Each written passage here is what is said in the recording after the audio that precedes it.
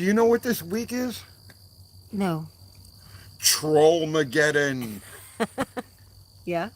Yes. We only have 6 people on right now, so maybe wait a minute before you start talking about that. Welcome, everybody. It's Sunday night.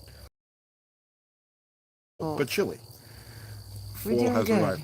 Trollmageddon. This is the week they all go. This is, Hang on, people are yeah. coming in. Come on in. Give everybody a chance. Come in. Come in. What's up, Jesse Zankowski, J. Russell Finch? How you doing? How you guys all doing tonight? Chongo 68, Chongo. Chongo say good. The Dirty Knobs, Well, I haven't seen that name in a while. Board LTD 1976, greetings from Texas. Big, heavy greetings from Texas there. Bill McKiska, What's going on, Bill? James Fife. James? Let's see. Trollmageddon. What's up, Dirty Knobs? Yeah, Trollmageddon. Done. We're done. Okay, We're yeah, done. we have to wait for a few more people to come on. I hope a couple of the trolls pop Oh, in. they're all watching. Why do the trolls They won't never comment. hop onto the lives? They won't we comment. have we have there's like a little troll They're hive. afraid. There's who are these people?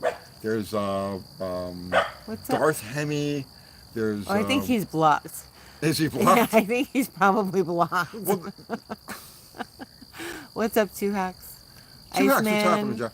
2K10, Kevin Hudson, Uncle Squirrel, Foxed Up, Marco Ciccarelli, Michael Osborne,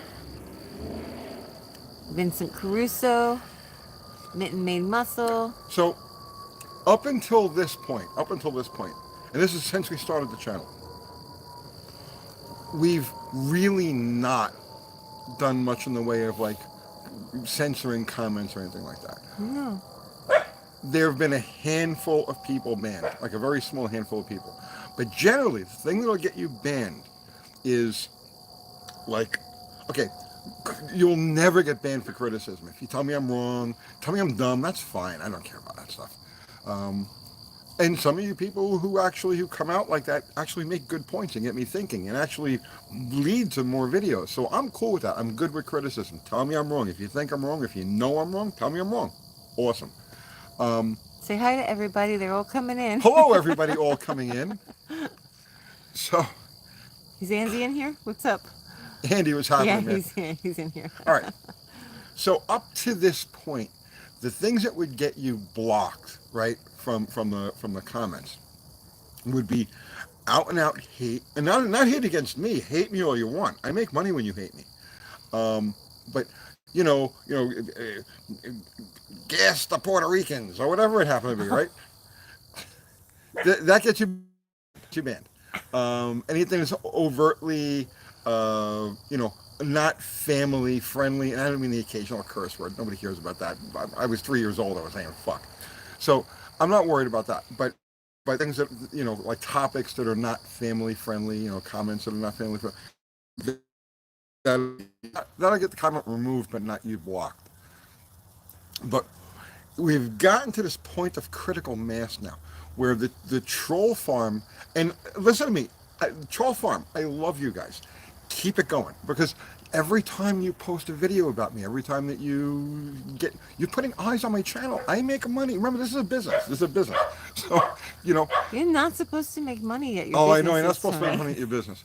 But anyway, you guys are awesome. I love the haters. Look at Whistle and Diesel. Whistle and Diesel has made himself a multi-millionaire off of his haters. That's, so it's good. When you're a YouTube, if you let me tell you something. If you're going to do YouTube, and a lot of you guys obviously want to do YouTube, you have to have a really, really thick skin, because as soon as you start making any traction, they come out of the woodwork and they get you from all directions. You have to really not care. To be successful on YouTube, you have to come from the ultimate mountaintop of not caring. You know what I mean? It's just like, okay, I sent this video. Oof. All right, now I'm going to go do something else. Right? That's how you have to be. You can't be like, this guy said this, that guy said that. You'll never make it. You will never make it. So, because of events, and feel free to ask me any questions you want here about the events that led to this. Because of the events of this last week or so, the trolls have been diving and making a lot of off off-topic comments. Now, this is important, okay? If we do a video on, let's say, this candle, okay, this lamp, the comments should be about that lamp, right? Or subjects directly related to that lamp, right? You're asking for too much. That's I'm not right. gonna I'm asking for happen. too much. Right. I know exactly. I got that. I can't do that. UTG is not a soap opera. This is not a soap opera. Why not? But just because it's not. So, what we have found is that the number of off-topic comments have just skyrocketed, and because of that, and people, one or two, I don't care about. No big deal. Like for instance, if we do a video on that candle, there'll be like 100 comments on the candle, and some of them are like, "You know so much about candles, you rock," and others be like, "You don't know jack about candles. Go learn something about candles." Yeah, that's fine. Those are all good, right? Those comments stay. Those users, their input is appreciated, good, bad, or otherwise. But it's like, how could you talk about candles when you did something terrible? You're When you don't have a when you driver's don't license. have when you what? Nothing. You're gone. You're gone. Because what you're doing, you're trying to get under my skin, right? But you're not getting under my skin. What you're doing is you're disrupting the flow of But that's the what they wanna conversation. do. I know that's what they want to do. Yeah. You're disrupting the flow of the conversation that other people are trying to engage in. You're muddying the water with nonsense, with politics, with what you perceive to be, wrongdoings or whatever it happens to be. So for that reason now, we are going to start heavily policing the comment section for no other reason than that. It's you're depriving the community. Other people, yeah. You're of having a depriving the rest of the conversation. community, the people who are watching videos and What's commenting. up, Barry? Hey, Harry. You're depriving the people who are attempting to use the forum of the comments for its intended purpose from being able to do that. You're gone, right? So from now on, there will be people being blocked, and I know it's gonna come up. He's censoring comments. No, I'm not censoring comments. I'm doing the right thing by the rest of the community, Right. by getting rid of you because you're just a gnat. No, listen to me, right? If you get blocked, What's up, if Bina? we block you, that does not mean that we wish you to stop. Please, by all means, comment on other people's videos, telling the world what kind of scumbag I am or whatever it happens to be. Please do that because you're putting eyes on my channel. If you do a video and you're like, Uncle Tony eats belly button lint, okay? And you post it, let's say on a channel that gets 1 million views, right? You're doing me the biggest favor in the world because 100,000 people are going to come over and say, I want to see this guy that eats belly button lint. Click, I got paid. If they hang in there for 30 seconds, I got paid. So please, by all means, keep trolling, keep telling stories, making up stories, fabricating. Just the stuff these people come up with It's amazing. is amazing. They have It's great amazing. imaginations, and if they only put The them to the imagination use for is good instead of evil, But they I might like the have evil. something in their The lives. evil is good. You're doing me a favor. Keep doing what you're doing. So, to be clear to my trolls, because everything gets twisted and so on and so forth. To be clear to my trolls, that's their point. Please keep trolling. Raise the ante. If there's any way I can give you troll ammunition, troll food. Oh, just existing is enough, Tony. No, I'm serious about this. Do it because we get paid. This is how we make money. So by You're you not putting supposed to make eyes, I know we're not supposed to make money. We're supposed to be doing this out of the generosity of our whatever it happens to be. But, the bank wants their, what I'm saying? Everybody wants their money. The landlord everybody wants their cash. So that's why we have to do this and we have to get paid for it. I like my coffee. I like to eat really good. Even though I'm getting fat. Well, I'm losing my, Well, which is it? well, Losing I or have been gaining? getting fat, but I'm losing weight now. Okay. Chris McGlumphy sent you $2. He says, I want Thank to you, join Chris. the Troll Patrol. Hello, everyone. Troll Patrol. If there's any trolls on it, I know the trolls are here now. They're watching. I get it. Always, yeah, always. Please dive in. They won't comment. Right. So They won't comment. anybody who Well, wants the to ones ask, that aren't blocked can't comment. right? Anybody who wants to ask legitimate questions over things that they may be, not know about, or they're like, please feel free. This is the time and the place to do it. I will answer any of your questions. Okay. So let's see. John M says, wait, what did I miss? Do a recap because now there's more people on here. Oh, There's jeez. double the amount of people as when you started talking. Um, Do a short recap. we're announcing our new like comment disruption policies. We call it Trollmageddon.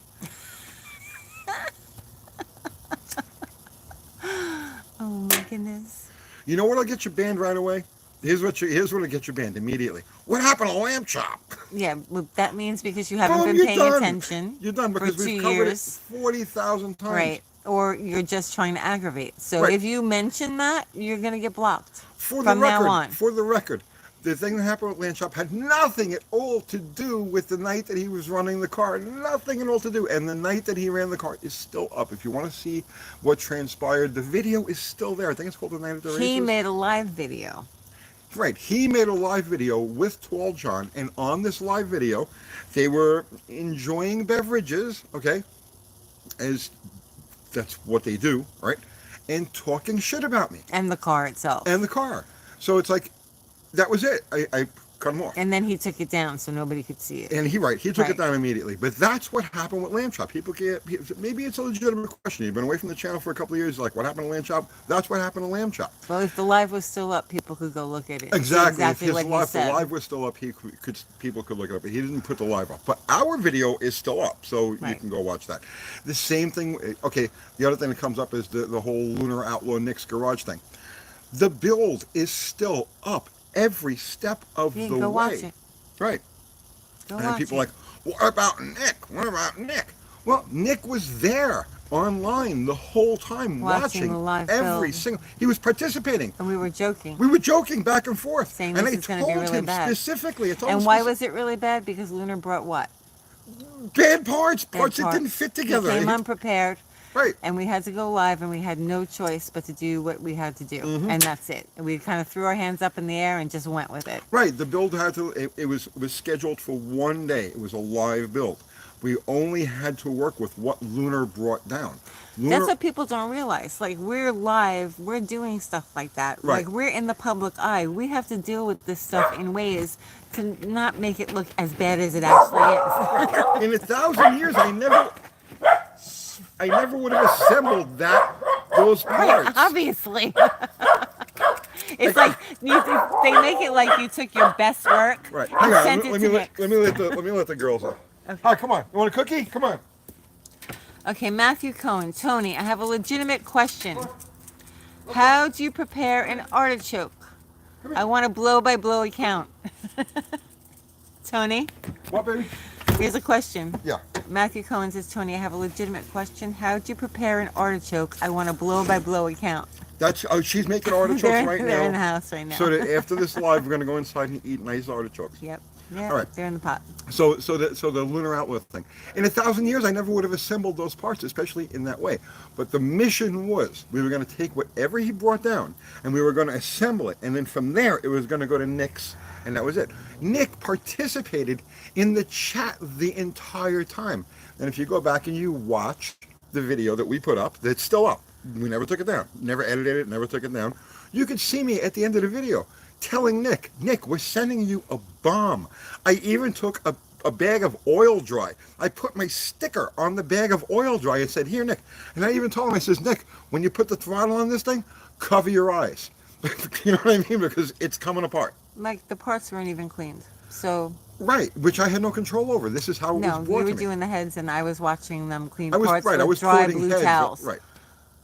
So it's like all of this transpires. Nick was aware of every single thing that happened during that build. And we but- actually you have other video which that other nobody video? ever saw. Yes, but I don't even want to We're get to that not even because going to nobody get saw to it. that. Right. So Nick decided that he was going to be surprised by what came. Right. So it's like this is the kind of stuff you run into when you do this business. You know what I'm saying? These are the things you run into. Carfoolery sent you $10. Thank you. Hello from Eugene, Oregon. I started daily driving my 64 Dart 225 Slant. Do you know if someone sells quick ratio manual steering rack?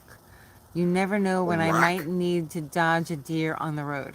I don't know about a rack. There were quick ratio manual boxes, but a rack is there's nobody. There's nobody who makes a bolt-in rack. There's going to be fabrication involved. But there are quick ratio manual boxes. So what were we talking about now? Um, Complaints. Oh yeah, all right, the next thing. What's What up, Zero? what? Hey Zero. What other things come up on a regular basis? On a regular basis? Yes, that we need to. No, people just trolling about lamb chop mostly. Like that's All right. just Well, the lamb ridiculous. chop, the lunar Yeah. Nick's garage thing. What else? What I'm else was thinking. there? Yeah. And like I said, don't take my word on any of this stuff. The videos are up. If you question what Oh, I'm your saying, driver's go watch it. license. Yes, thank you. My driver's license. Yeah, they're talking about you not having a driver's license. Like Oh. that's a thing. I lost my first license before I ever Tony has got a driver's license. license. Right? I lost my well, it's expired. Right, but you have one. You have one. I lost my first license before I ever got a license for unpaid tickets. I had already been so. Then I was 16. So then I changed letters on my name and I got a second license and I lost that one like within like weeks. And then I can't tell you how many suspensions, how many revocations. I can't even tell you how many arrests. I mean, It's just New York. dozens. Yeah. It was life in New York. That's the way it was. When I moved to Tennessee, I had a problem with a cop. I got the cop fired, right? Because it was a bad arrest. I got the cop fired. What I did was the internal not internal affairs. What the hell do they call it? The department. What are you shaking your head What no are you for? going into this for? Well, because I'm telling a story. It was Captain Flag. I can't remember the other one. It was a straightforward thing. And I went there afterwards, and I says, I know that you guys really went out on a limb, turning on one of your own like that. This is, well, it's our job. We did the right thing. I says, is there anything I can do for you, right? And they both said at the same time, go get a license. So I says, that's all? That's all you want me to do? And I says, yeah, go get a license. They said, so I did. That day, I paid, I can't even tell you how many thousands. It was like $10,000, $15,000, whatever the hell it was. And I went and I got a license.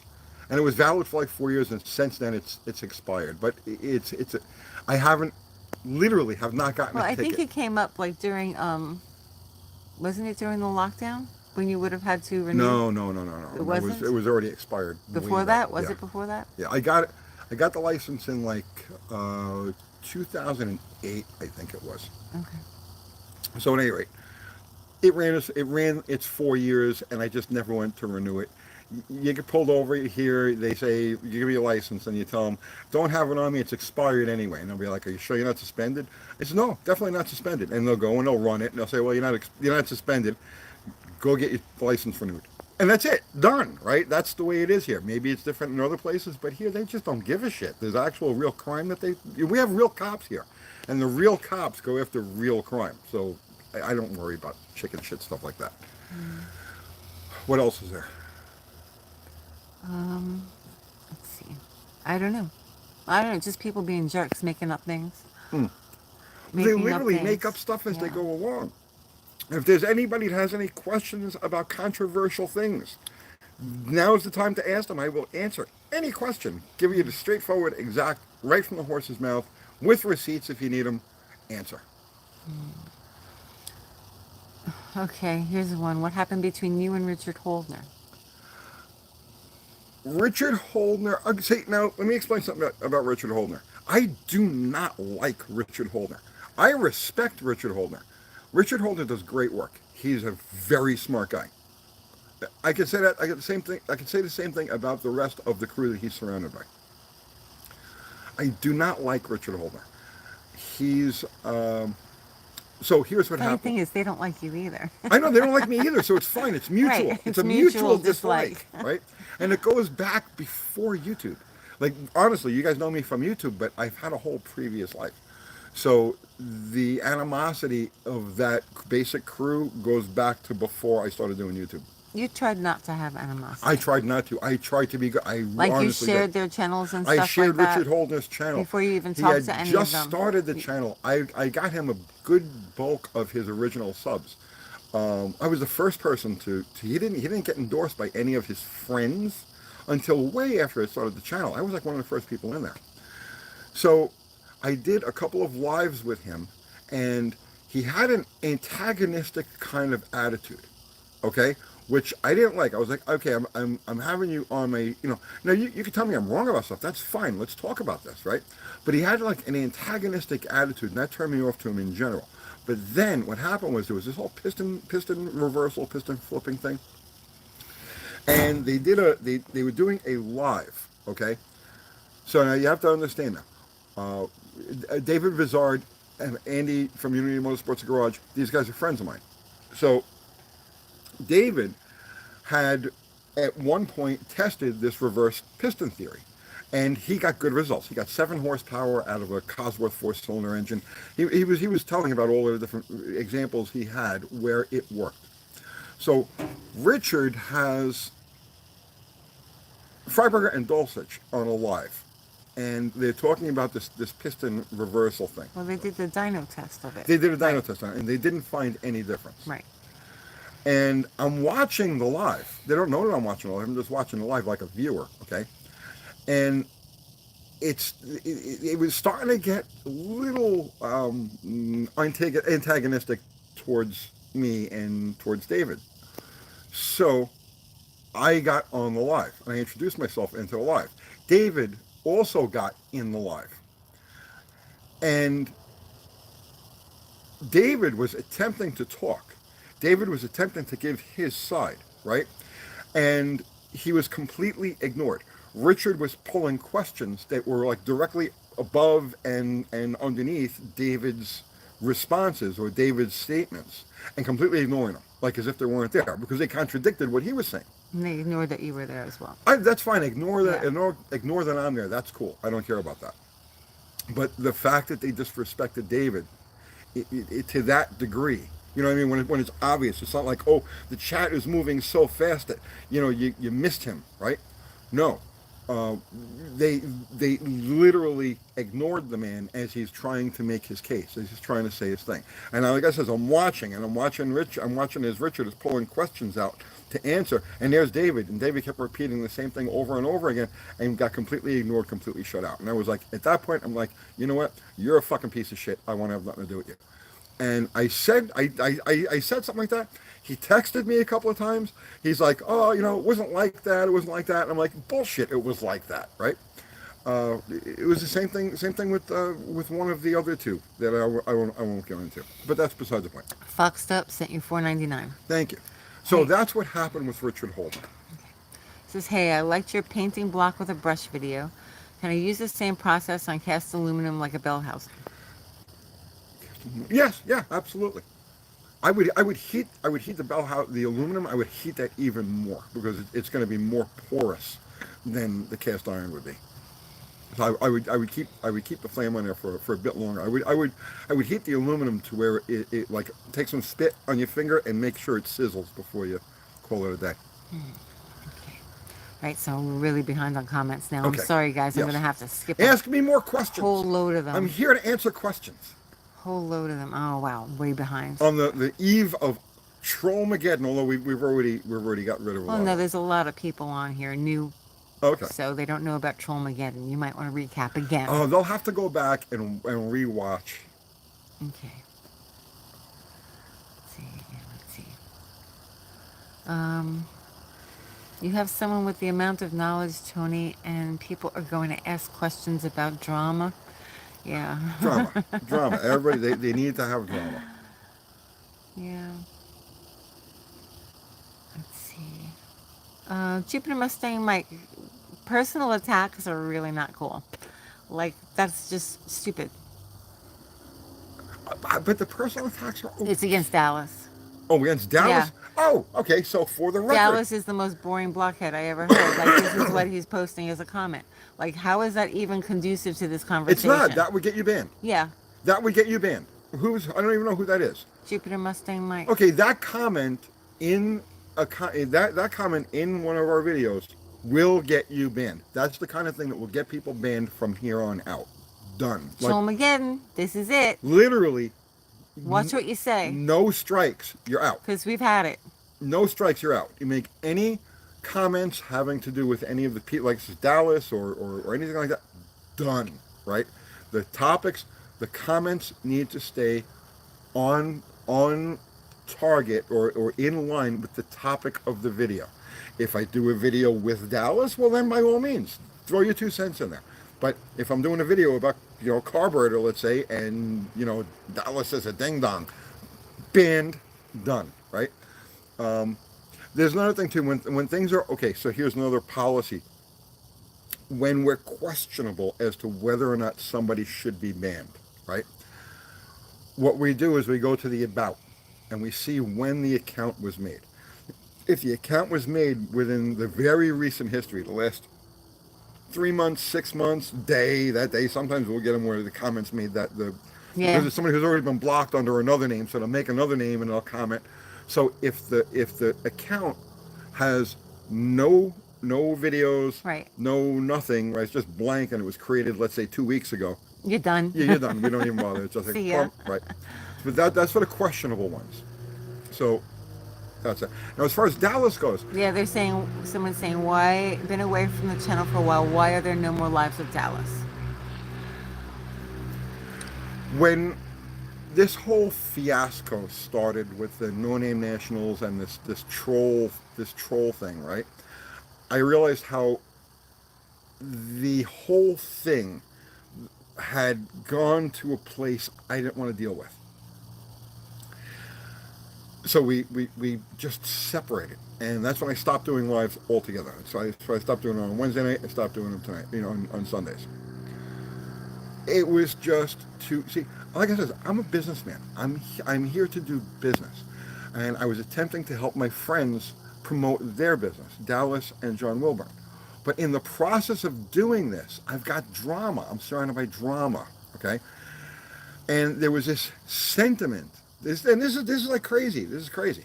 It's beyond crazy. There was this sentiment that, oh, he's a big channel. He shouldn't be here. Yeah.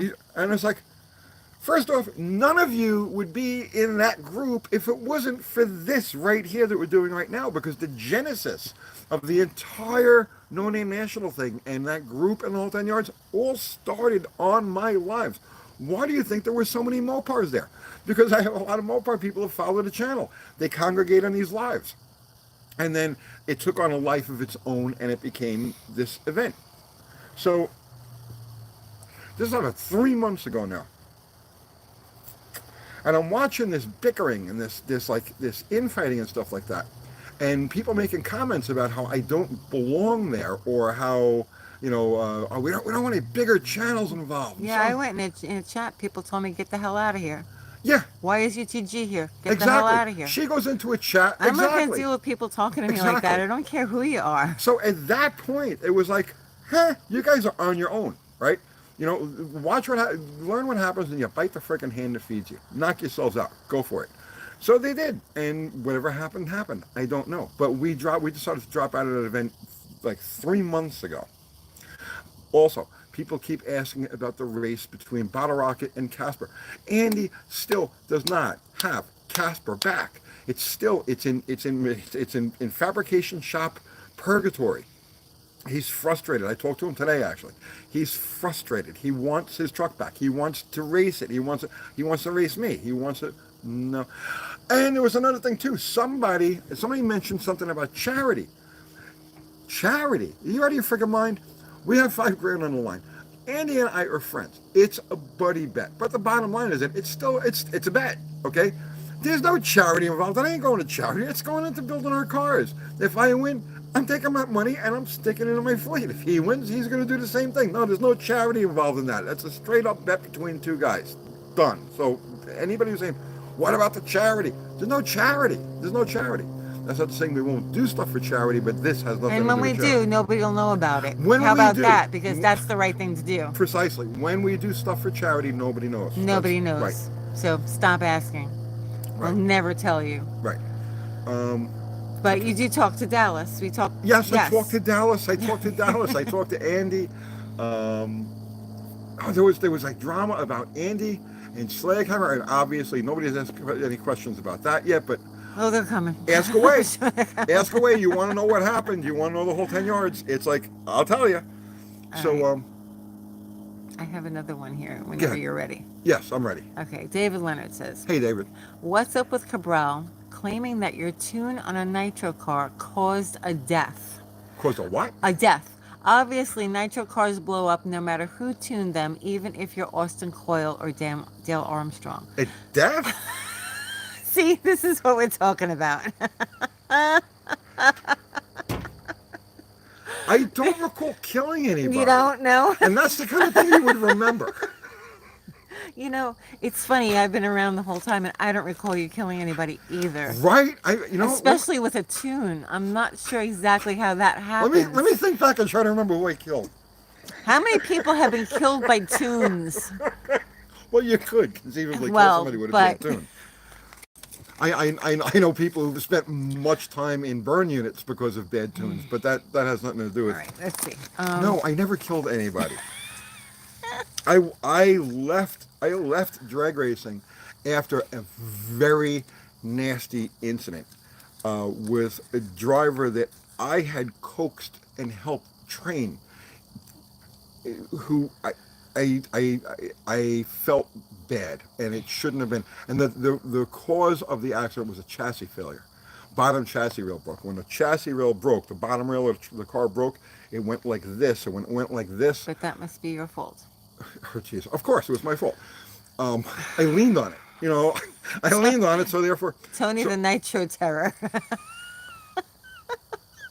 So, well, I'll tell you what. I'm going to go into. I'm not going to mention names, or I will go a little bit more into depth and explain why I left at that point. Okay, so the incident with the car was that the bottom chassis rail broke.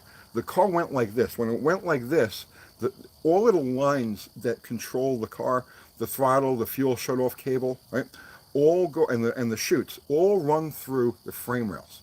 So when the chassis broke and the car went like this, it pinched all of the lines. So now there was no fuel shut off, there was no parachute, there was no way to shut this thing off, and the car ended up going off the end of the track into the woods. The driver got pretty banged up, lost several fingers, compound fractures. I was the one who found him. I was the one that went into the woods and found him and dug the. So anyway, make a long story short, that in itself wasn't enough to make me leave. What made me leave was the fact that I knew there was a problem with the chassis of that car. I didn't own the car. I knew there was a problem with the chassis of the car, and I knew a repair had been made, and the car had been teched. Right? This was in an IHRE event, and the tech guy missed the repair. So now it wasn't even like looked at. Does that make any sense? We had run cars that were repaired in all different ways, and most of the time it's okay, but it wasn't even looked at.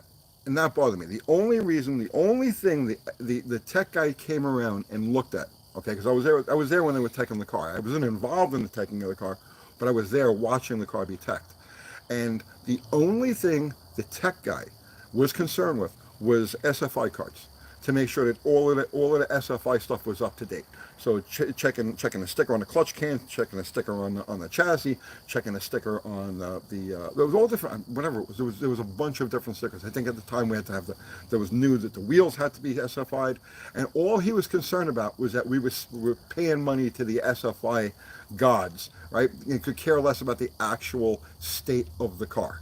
And that was the thing that made me. I walked out of the pit that day, right? Loaded all of the wreckage, and a lot of that wreckage was like no bigger than this friggin' lighter. I mean, this was a severe accident. Shout out to Wayne Circle, who built the chassis of that thing that held up, because the only part of the car that didn't completely disintegrate was the actual cockpit of the car. Every other piece of it was shrapnel. This thing hit trees at 300 freaking miles an hour. So At that point, I realized that I don't want to be part of this. I don't. I'm done. I'm done. And I walked away. So it had nothing to do with my tune, my building, my anything, right? This was a chassis that belonged to somebody else that broke, that sent somebody into it, and had nothing to do with it, and nobody got killed. And that person who was driving that car currently competes. He's fine. Like, they put them all back together again, and he's out there literally today running Top Fuel cars. So, Franco says, Tony, you ran with acts that I wouldn't go near. bro, listen, I went with everything. I went with everything that was there. Anything I could get my hands on, and that's how I stayed busy. That's how I was always involved in a car, because I was with Caminito for a while. At the time, Caminito finished number 10 in the world. But I bounced from car to car to car because that's what was available, and I was trying to learn as much as I could. And you learn just as much you learn more with a leaker than you learn from a top-notch car, because the leaker, you get to see what went wrong. You get to autopsy it, and you say, oh, okay, this happened. You know what I mean? So it's like you learn more from breaking stuff than you do from not breaking stuff. And everything I learned running with those acts that you wouldn't touch paid me nicely afterwards. You know what I mean? Tukey says, what happened to Stubby? Stubby has worked for me a couple of times. Now, I know Stubby for 20 years. Stubby used to hang out at one of my coffee houses. That's how, I mean, he was like 16 or 17 years old. So that's how I know Stubby, and that's how far back I know Stubby. So Stubby has had some problems, and substance problems, okay? And like many people have had. It's a common thing. Common thing, right? But just to illustrate how far I've gone, right, with some people, Stubby, is I used to actually pay him to go to meetings, okay? And then when he would start skipping meetings, this is the last time that he worked for me. When he would skip meetings, I realized he was skipping the meetings, I would actually go with him. And I went for like 6 months, twice a week, to these meetings to make sure that he was at the meetings and staying on the straight and narrow. And it worked for a while, and then it didn't work. So like everything else, it works until it doesn't work. Oh, you're rolling a cigarette. Oh. Shoot. All right. So, all right. I'm tired. I need coffee. All right. So, did you buy his car? No. So I'm going to tell you this whole story now, right? So then if this comes up again, because you haven't watched, yes. You're blocked. Yes. Exactly. This is how this goes. All right. So I let him go back then. He shows up in my life 5 years later, right? And he tells me he's got this car, and he wants to put it together, and he's got a job, he's working a job, and he has an income. And I'm like, Stu, that's great. And he says, I'm clean, I'm sober, I have a kid. And he shows me pictures of his kid, and he's got like a 3-month-old kid, 4-month-old kid. So I'm like, all right, you tell me you're clean, you tell me you're sober, you got a job, right? Let's try this. So we brought the car over to the shop, all of the parts over to the shop. Stubby needed a way to get to and from work. I let him use my 67 GT. I says, here's the car. Use it to go to and from work, and this way you can get to and from the shop. Because his grandmother had been driving him to the shop. And I'm like, this isn't going to do it. I'm putting his grandmother out, right? So then he starts getting like a little bit, he was coming around 3 times a week, 4 times a week, then he's coming around twice a week, then he's coming around once a week, and now he's not coming around at all. And I'm like, okay, I'm starting to get really suspicious here. It's time to pick up the block. He told me that he had the money to pay for the parts. And there's no money going in my pocket. He told me he had the money to pay for the parts. He doesn't have the money for the machine shop. He doesn't have food money. I give him money for food. So not only am I giving him a car to drive, I'm giving him money for food on top of that. And I'm expected to pick up the machine shop bill. So at one point, Stubby disappears for like 4 or 5 days. I call his grandmother. I says, where's Stubby? She says, I don't know. I haven't seen him in like 4 days. I says, he's got my car. She says, I know. I don't know why you gave him his car. You gave him your car. I says, because I was trying to help him out. I was trying to help you out. So she says, I appreciate that. She says, I've had it with him. He's got to leave. He's got to go. He's got to go. I says, I've had it with him too. When you see him, tell him I want my car back, and tell him to get his Valiant and get all of these parts out of the shop. His grandmother says to me, that stuff is not coming back here to the house. I says, what do you want me to do with it? She says, send it to the scrapyard, junk it, because it's not coming back here to the house. I've had it. She says the only reason he did anything about that car because I threatened to call the guys who take junk cars and have them take the car. That's the only reason he contacted you. I says, I didn't know that. So with that, I told Stubby, I says, you get the car out of here. Stubby had no place to put it. I says, well then leave the title. So that's what happened. And he left me the wrong title.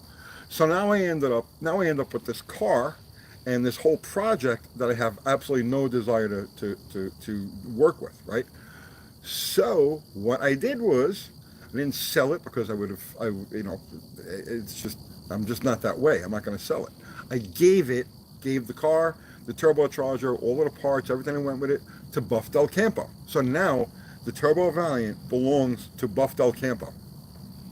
And he'll do with it whatever he's going to do with it, and we'll follow on this channel what he does with it. But that's what's going on with Stubby, the Valiant, and its future. It's very hard when like things like that fall off the map because it's like, what do you do? What do you say? Because we've put it out there, you know? Right. It's a very difficult position to be put in. Right. So, let's see. Daddy's Money Garage has been commenting. Okay. He says, my mom's okay. She's in ICU right now, but so far everything is okay. Good. That's Give good her to my hear. best. Give her my best. Hope she gets well soon. Next, give me more questions. Let's see. Again. Okay, Reese Holder. What happened with Lamb Chop? I just went through it. I just went through it. He got drunk on a live, started talking shit about me. I gave him the axe from that point. Yeah, he took the live down. Right. Let's see.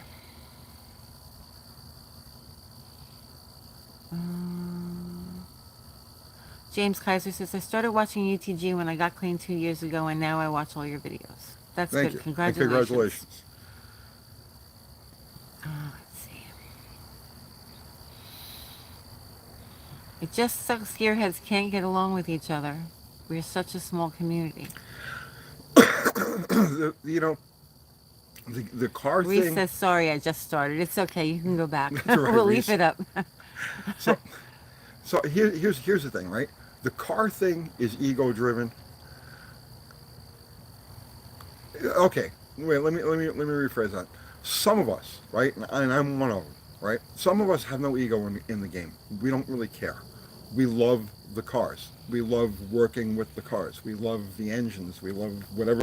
We love making them do things they're not supposed to do, right? And I really don't care who sees or who knows or. There was a time I was hyper competitive. If you go back to like when I was in my teens and my 20s and my 30s, hyper competitive.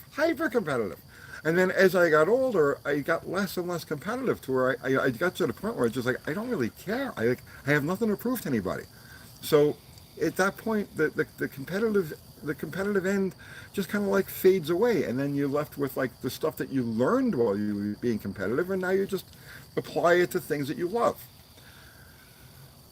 But the automotive thing is very, very ego driven. And the YouTube thing is over the top ego driven. And again, see, I don't have any ego in the YouTube game. This is my job. I think of this as my job. I don't think of it any differently than if I was, doing flooring or you know what I mean, or doing yards or working as an accountant. To me, it's no different. This is just what I do for a living. And because I had a magazine career, it's like this is just what I did. Stories. It's just You're just putting out stories. I do a in film magazine. version, yeah. Exactly. I do a magazine story, but I do it in the form of a video. Okay, so Rob's Rods and Streetcar says, you wouldn't have had any drama at No Name Nationals event, Tony. Everyone was great. We had people threatening us. No, everyone probably would not have been great. Here's the thing. Okay, now you have to understand something. I come from a different place than the people who were there.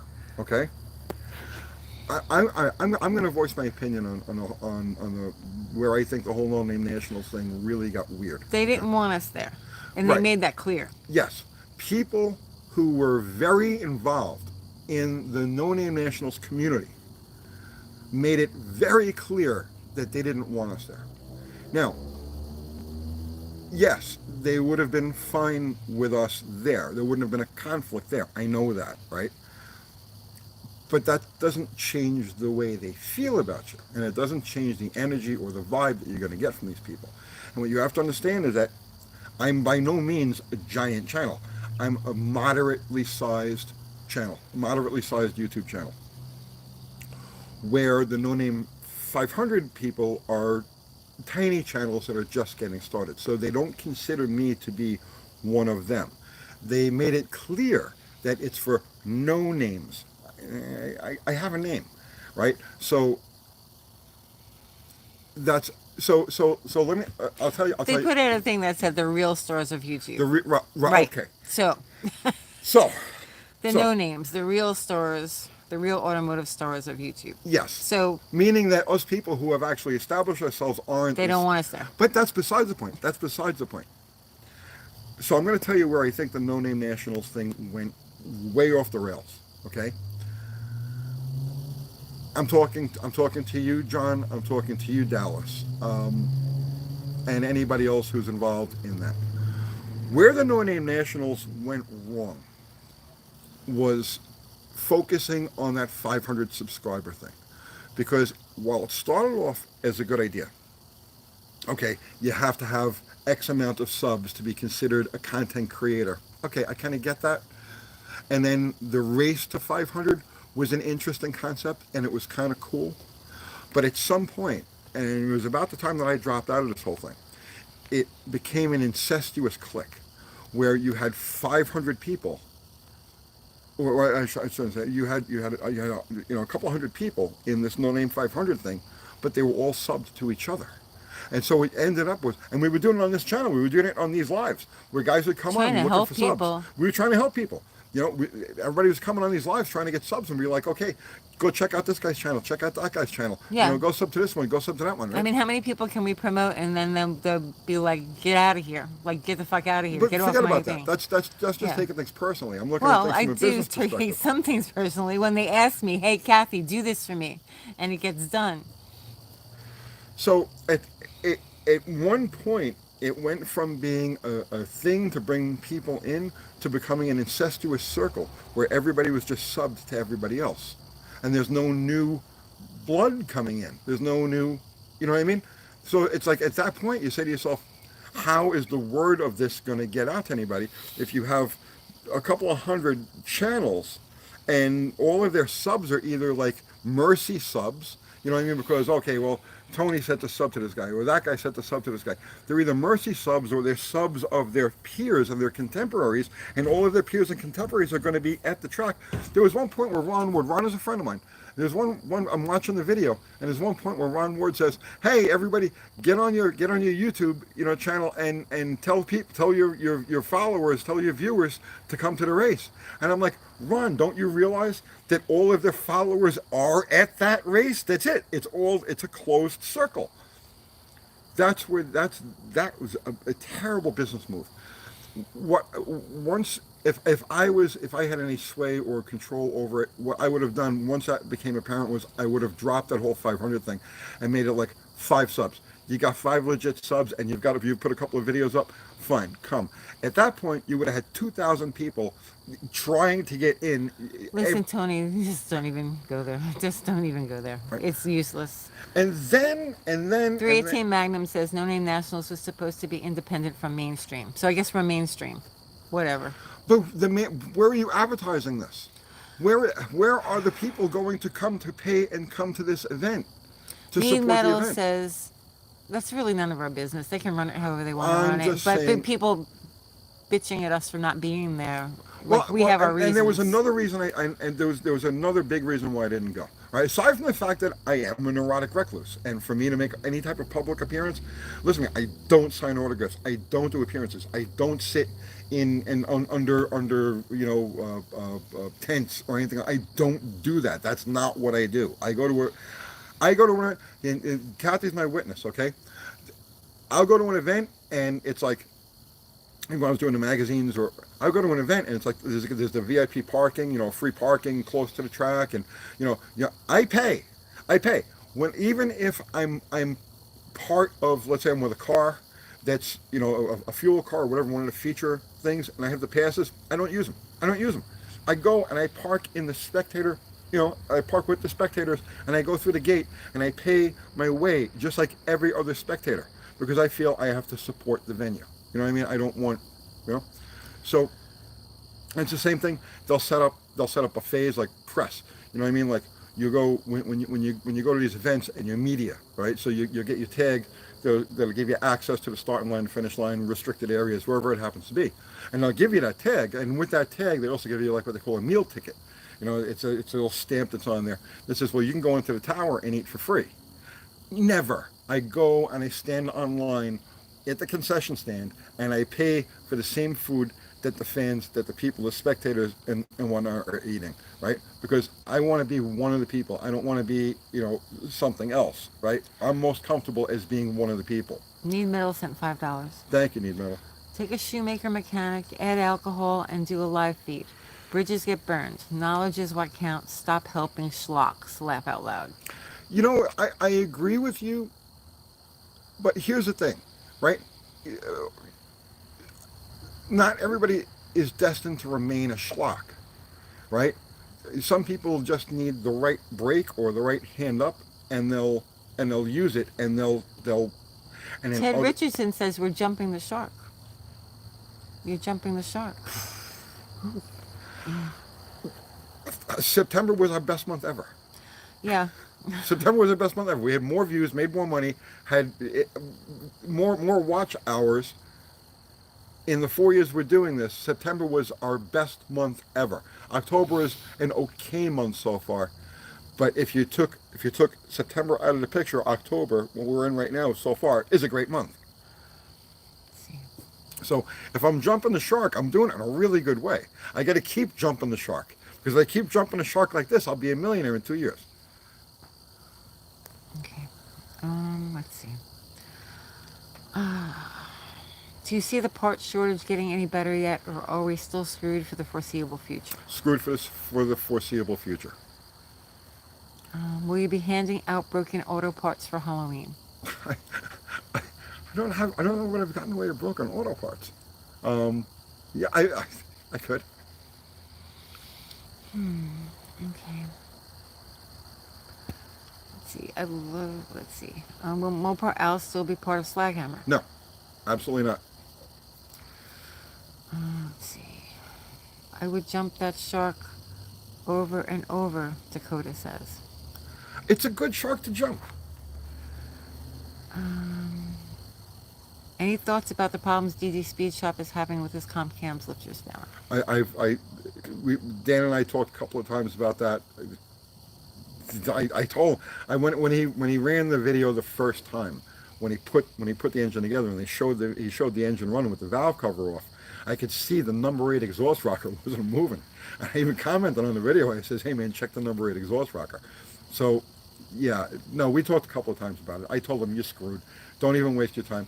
He wanted to try to get some kind of resolution through comp. I says, "You're pissing in the wind. You ain't gonna get anything out of that." So, I don't know. Maybe he does get something out of it. I hope that he does. But he's got 100,000 subs now. He's got some clout. He does have some clout. He's got some clout. Outlast Metalworks. What happened with Scotty Kilmer? Roll up your windows. Funniest video you ever made. Can't find it anymore. I think we took it down, right? That might have been one of the ones we one took of the down. bad ones. I don't know. We took a bunch of them. I have no problem with Scotty at all. Scotty gave us a fantastic shout out. He watched the Hemi oiling problem video that we did, and he elaborated on his channel, and we picked up like 20 or 30,000 subs off of Scotty's shout out. But never a problem with Scotty at all. I mean, I'm eternally grateful to him. Mythical Plays says Mopar Al loss is sad. And somebody else is asking what happened with Mopar. Oh, jeez. All right. So I'm going to start this by saying this.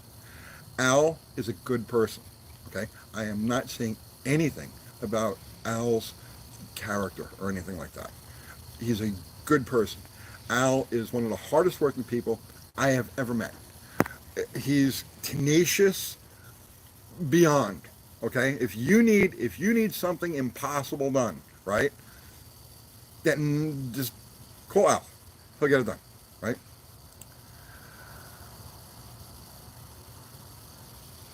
But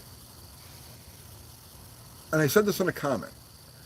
The problem with Al is that he doesn't know how much he doesn't know, right? And Al will run off on things, technical things that he really doesn't have a grasp of.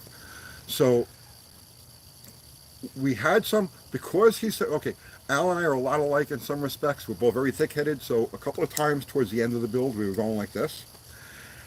And he was doing some videos on his channel, technical or technically oriented videos, that, in my opinion, were way off, that he shouldn't be doing. So I started putting distance between us. By the time the power tour actually happened, I had kind of already said to myself, all right, Al has got to, right? Now we had made an agreement. I had the basics of the car built, right? The chassis was together. Body was mounted to the chassis. All the reinforcements were done. Everything was engineered to work, and I had started doing the two-door conversion. I did the one side, and at that time Al popped in, and I was like, hey, I'll make you a deal, right? I have absolutely no desire to do any of the body work or any of the finish on this. I says, I'm doing this for content. I says, I want to build the motor, the trans, the rear, right? I says, I've already done all of the basic work on the car. All you got to do is just do the finish work on it, okay? The body work, figure out how to get windows on the side of it, hang the other door, blah blah blah, right? Just get some paint on it, get the rust off it, get it detailed and painted up, and you take this car and you use it any way you want to use it. He says, I want to take it on a power tour. I says, awesome, you take it on a power tour. He says, I want to run the No Name Nationals with it.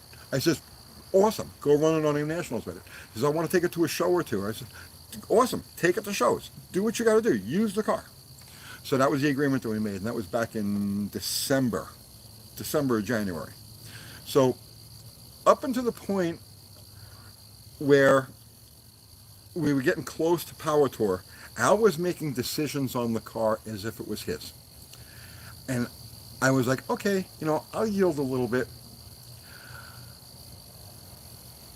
A point of contention was the lettering on the car, where it says Slaghammer on the side. And I was like, I don't want lettering on a primed surface. You don't letter a primed car because it's not finished prime. It's not like okay, so Blasphemy is in primer, but no, it's the finish of the car, right? It's in a satin black, and they put lettering over it. As you don't letter on a primed car. A primed car means that you're still working on it, right? I says, if you anything, put the lettering on the back window, right? But I come into the shop and boom, there's the lettering on the side. So it was like little things like that, and it was starting to irk me a little bit. He was like, all right. So based on the content that he was putting out, which I felt was way off base, that he was hitting way above his level, and the stuff with the car, that's when I started to put distance between us. And like I said, this is back in May and June. So by the time Power Tour came along, I really had nothing. I had nothing to do. I'm like, there's the car. There's the world. Go do what you got to do. In the meantime, the trolls were out in force. And what the trolls were trying to do was create friction between Al and I. And what they were doing is they were repeatedly telling him, Al, you built this car. You did all this. Tony should just give you the car. People, Tony should just give you the car. It was constant. It was constant. So, and what these trolls are, it's like 10 people, but with like 30 different accounts. So they'll keep making the same comments over and over again. And you can tell because they misspell and punctuate the same way on all these accounts. But Al didn't say anything to the contrary. So somebody would make a comment about, Al, you did all the work on the car, right? And Al would give it a thumbs up, or he'd give it a heart, or he would say thanks. Meaning that he's acknowledging what the troll is saying, that he built the whole car.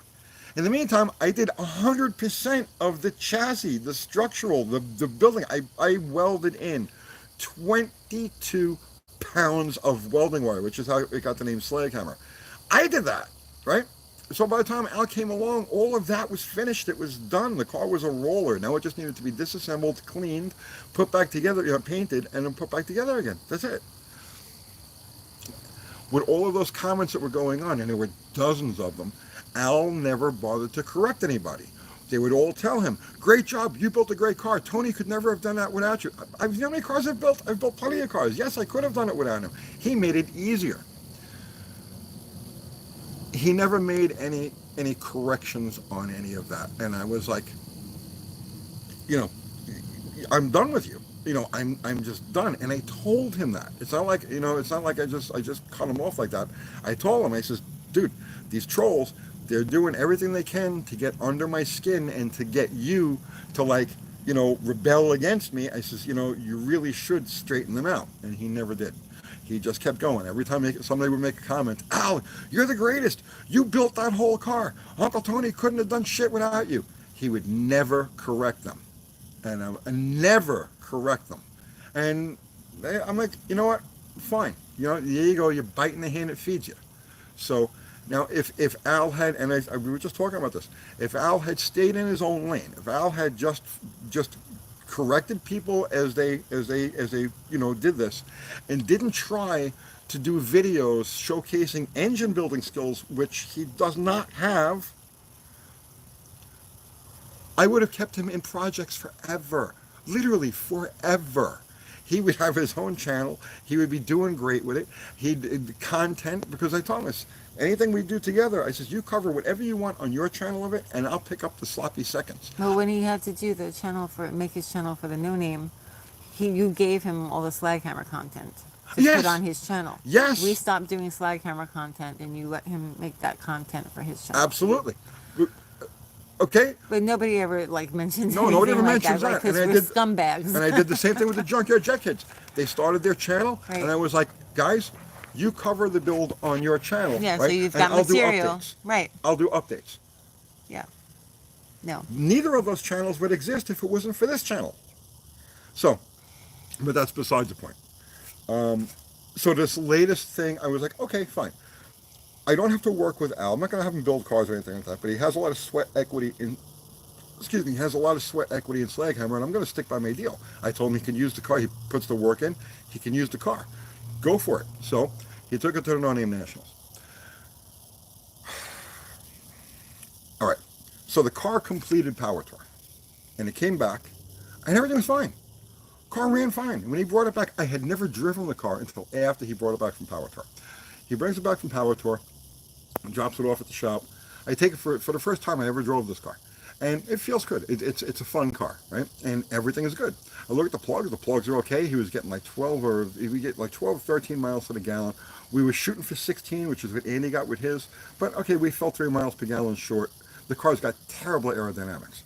And I found that the right rear wheel was locked. No, I shouldn't say it locked. Don't ask me why. When he put the brakes together, he put the parking brake. Now, the car has no parking brake in it. There's no cables. There's no nothing. But for some reason, on the passenger side, he put the parking brake assembly in. And when he put the parking brake assembly in, there's a little spring that keeps the crossbar. I can't think of the name of it exactly. The crossbar. There's an anti-rattle spring, and he had the anti-rattle spring wedged between the crossbar and the shoe. So the shoe was extended on the bottom and rubbing against the drum. For 2,000 miles. It was dragging the back brake for 2,000 miles, which might account for some of the gas mileage. Joe Brennan sent you $5. You're still an amazing channel, and you still have the best community on YouTube. Thanks for everything, and keep up the good work. Thank you, Joe. So with that, and I found a couple of other things that I was like, okay, this guy really can't touch the car. Right? It's like, I got to go over everything. So he brings the car back. I do the neutral drop video. The neutral drop video was what can I tell you? It was childish, right? But it was fun. It was fun. I didn't intend to blow up the transmission, but it blew up. That video also caused a shitstorm on its own, but it shouldn't have caused a shitstorm. It was, I launched the transmission. Whistling Diesel will like he'll jump skylines into Lambos, and everything is cool, right? I knew to drop a transmission, and it's like the end of the friggin' world. And then there were the comments: "You broke Al's car," right? I broke Al's car, so that was like the straw that broke the camel's back. I was done with this, whole Al situation. But I made an agreement, and I'm going to stick with the agreement. So I do the motor, not the motor. I do the transmission. I put a converter in it. I rebuild the transmission. I put the rear end together. Right. Send the car out with Al. Now he's going to take it to the track a couple of times. He makes a video. And I drove the car. It was fine. Okay. He picks up the car, takes it to Buffalo Valley, and he's complaining that it's leaking. It's dumping fuel. The rear carburetor is dumping fuel. Now, Al never said to me, "Tony, the rear carburetor is dumping fuel. Can you fix it?" No. I just assumed he fixed it. Why would you keep running a car that was dumping fuel out of the bad needle and seat? I have to roll this. So look away. Okay, you know what? I'm gonna go turn on the artichokes. Here, can you hold? No. Okay, here. No, I can't put the artichokes on? Just give me 1 second. Oh my goodness. Just give me 1 second. Okay, he has to make a cigarette. All right. Okay, so I'm gonna read this. Any recommendations on a Shelby Dakota fuel injection? Should I keep it or go carb? Carb. They sent you $5. Thank you. Thank you. I'm a carb guy. Achievement. So we have a lot of deleted messages. The guys are on. I guess some guys are causing problems, whatever. But the guys got them. All right. So let me just finish rolling this. So he takes the car to Buffalo Valley. He makes a couple of runs with it, right? And you can clearly see he is not comfortable driving any type of car down a drag strip. He's new to it, and that's fine. Nothing wrong with that. But he had led me to believe that he was an experienced racer. Told me he had a Maverick that ran like 750s. Thank you, Zero. So this is some juicy gossip. Keep it coming. It's not gossip. It's not gossip. It's not gossip. Everything I'm telling you can be seen clearly in video. Like literally, there's receipts. Every single thing I'm telling you, there's receipts for. Go watch the videos that I'm talking about, the series that I'm talking about. Every single thing I'm saying is exactly as it occurred. So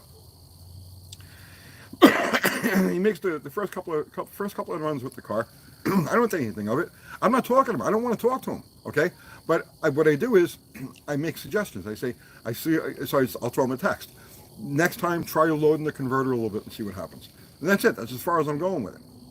That's all the communications that we're having, because I really don't want to talk to him. This is the UT Springer show now. Look at what you're doing. People ask, I'm telling. Okay. So he runs the car again. They take it out again, and it's not. Here, can you hold this while I go turn the artichokes on? Yeah. Okay. Let's watch Kathy as she's putting the artichokes on.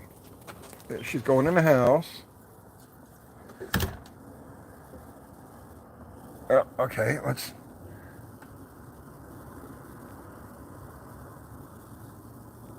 There she is. Okay, and here, she's coming back. I'll be right back. Wait, where are you going? Oh, now she's going someplace mysterious. Oh God, guys, I can't glasses on, so I can't even read this.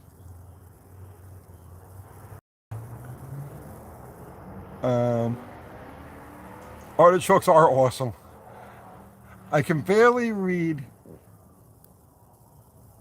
what's going on here. The Artichoke Chronicles. Somebody said howdy Tony, but I couldn't make out the name. She had to pee. You probably. Finish up with Al. I will in a minute. As soon as she comes back. Um, how to remove oil from asphalt. Oh, jeez.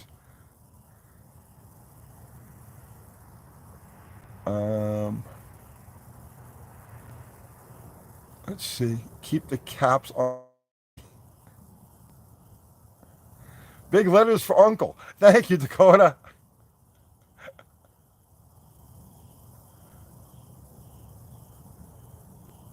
What happened at Dallas? Nothing happened with Dallas. Dallas and I are going to be doing some videos together very soon. Okay.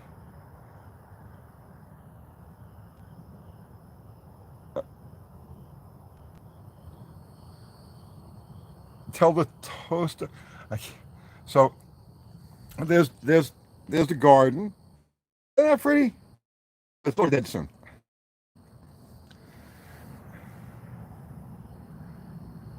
Uh, here she comes. Here she is. Thanks. Okay.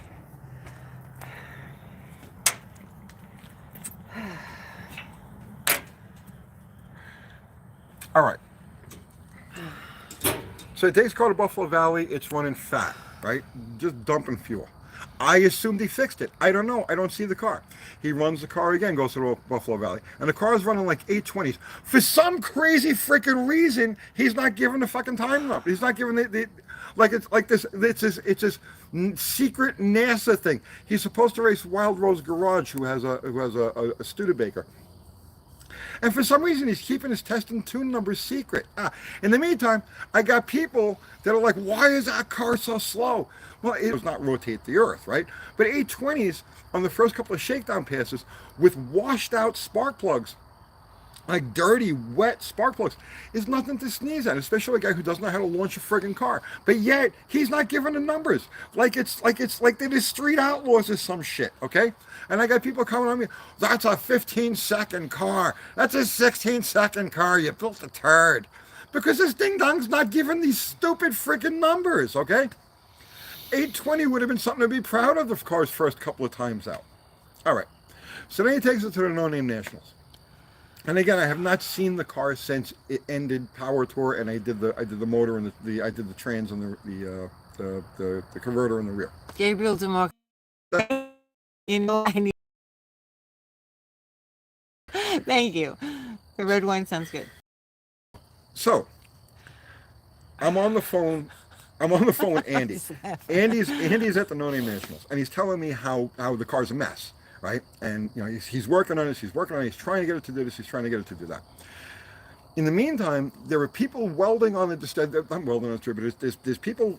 Al's got like a bunch of different hands in this car, and nobody seems to know what they're doing. I'm watching on Sunday. Okay, I'm watching on Sunday. It was Saturday, and he does a burnout, and as he's doing a burnout, now all I know from this point is that he's telling me it was a leaky needle in seat. Two Hacks says the jet sounded crisp and rowdy. Okay, so Andy tells me he changed the leaky needle in seat assembly. Great. I don't know why that wasn't done. But he changed needle and seat assembly. He jetted it down some. What else? And he said that one of the vacuum. He changed the diaphragms. He thought that maybe the diaphragms because it was. Sorry, I'm shaking the phone. I'm shivering. Something with the secondary opening point, and which was too late. But I told Al going in, I says, Al, make the first couple of runs with the street tune because I want to see what it's going to do. Then lock out the distributor. When you lock out the distributor, set it at 36 degrees. And put the lightest spring you can in because I wanted to know what the car was going to run in the same basic tune that it was on Power Tour with. So that's why it went with the parts that it went, or went with the setup that it went. I assumed he would be able to simply lock out the distributor. It's a very simple distributor to work with. It's a Mallory, and put the diaphragm springs in. But evidently that was impossible. Andy tells me he shows up to the race. He's only got one or two spare spark plugs. All the other spark plugs are wet with fuel. Andy flogged on that thing, trying to get it squared away, doing the best that he could with the stuff that was there. The bottom line is that the plugs were filthy, they were fouled, and Al hadn't brought any spares. Did you give him spares? He didn't ask. I would have given him. I got boxes of them. If he had asked, I would have given him spares. There's no communication. All right. All right. So I'm watching on Sunday, and this is after Andy works on the car, but before Andy worked on the car, and then somebody jacked around the timing, right? And this was like the straw that broke the camel's back for me. Sunday, he makes a pass with the car. He tries to do a burnout. You can hear this thing is missing, popping, backfiring. It just sounds like shit, okay? Now, rather than do the thing that anybody else with a clear mind would have done, drive the car off the track, just drive the car off the track, he proceeds to stage the car and make a run. And this thing is going bang, bang, boom, boom, bang, bang, bang the whole way down the track in slow motion. Does he even lift? No, no. He keeps the hammer down the whole track, going bang, bang, boom, bang, boom, boom, boom, bang. The timing was retarded. No, the timing wasn't retarded. If the timing was retarded, the car just would have gone, argh. There was something else. The timing was not retarded. The timing was off, but it was not retarded. They straighten it out. He makes another run. They had two people with timing lights on this thing. Don't ask me how this happens, but they had two people try to time this thing. It ends up at 22 degrees instead of the 36 degrees. It goes in 8:12, which in my mind is amazing. The car ran 8:12 with 22 degrees of timing. And when I get the car back, I find that the oil is black and thin, right? Black and thin. Now, right away, a lot of people are like, the only way the oil could get that black and thin is if, or that thinned out is if the fuel pump ruptured. No, the fuel pump did not rupture. When the fuel pump ruptured, it puts unburned gas into the oil, and it doesn't turn color. It doesn't turn black. If it's black, it means it came through the top end of the motor. It was in the combustion chamber at some point, partially burned, and then it ends up in the oil. Okay. So anybody who's questioning, is it a fuel pump? No, immediately, if the oil is black, you know it's not the pump. The oil would be clear if it was a pump. I pour the oil, I take the oil out of this thing, it's like water. It's like water, okay? And at the bottom, and I poured it into the jugs, and at the bottom of the drain plane, I'm seeing gold, and the gold I know is Molly off the rings. The car also has blow-by now, where it didn't have blow-by. It ran 2,000 miles, not a trace of blow-by, nothing like that. It comes back from this race, and it's got blow-by through the friggin' breathers. Come on, right? So I do that video. Al makes a video and says that he changed the oil 5 times since Power Tour. I'm like, first off, that's mathematically impossible. I don't know how he comes up with this stuff. It's mathematically impossible. That means it came back from Power Tour, changed the oil once, right? Ran the car at Buffalo Valley, changed the oil again. That's twice. Ran the car at Buffalo Valley again. That's 3 times. Ran the car at the No Name Nationals and then dropped it off directly at my shop. That's 3 times that he could have changed the oil. So he's saying that every time he took it out, he changed the oil, and if he changed it 5 times, his words now, his words, go watch his video, he changed it 5 times between the end of Power Tour and the No Name Nationals. But he would have only had the opportunity to change it 3 times in between, which means that by his math, he changed the oil twice where the car was just sitting there, and he's like, well, I changed the oil a couple days ago. I guess I'll just change the oil again now. It's sitting. And then he shows the oil that he supposedly took out of the car. It's black. It's black. He just puts his finger in it. It's like it's black. So this is what happened with Al, okay? There are other things, but I don't want to get into it. This just, I think I've covered enough. So at this point, no. The guy is not touching any piece of machinery I have anything to do with. I wish him well. I hope he does good with YouTube. I hope he has a long, happy, healthy, prosperous life. You know, I have no personal animosity towards him.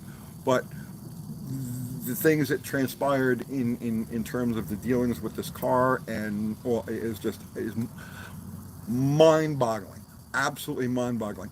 And again, anybody watching this that wants to try to quote me or misquote me or anything like that, Go back and watch all of the videos. Watch the lives, watch his video, watch my video, watch.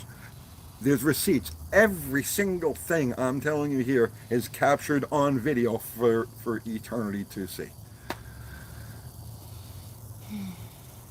Next. Okay, let's see. Max Wedge, Dick Dastardly. Guys, what's up? What's happening, Max Wedge? Let's see. So what happened? How do I like to prepare my artichokes? They're stuffed. They're stuffed. Garlic, Breadcrumbs. breadcrumbs, cheese, olive oil. They're stuffed, and then they're in the pot, and they're in some water right now, halfway, and I'm steaming them. What's your favorite color?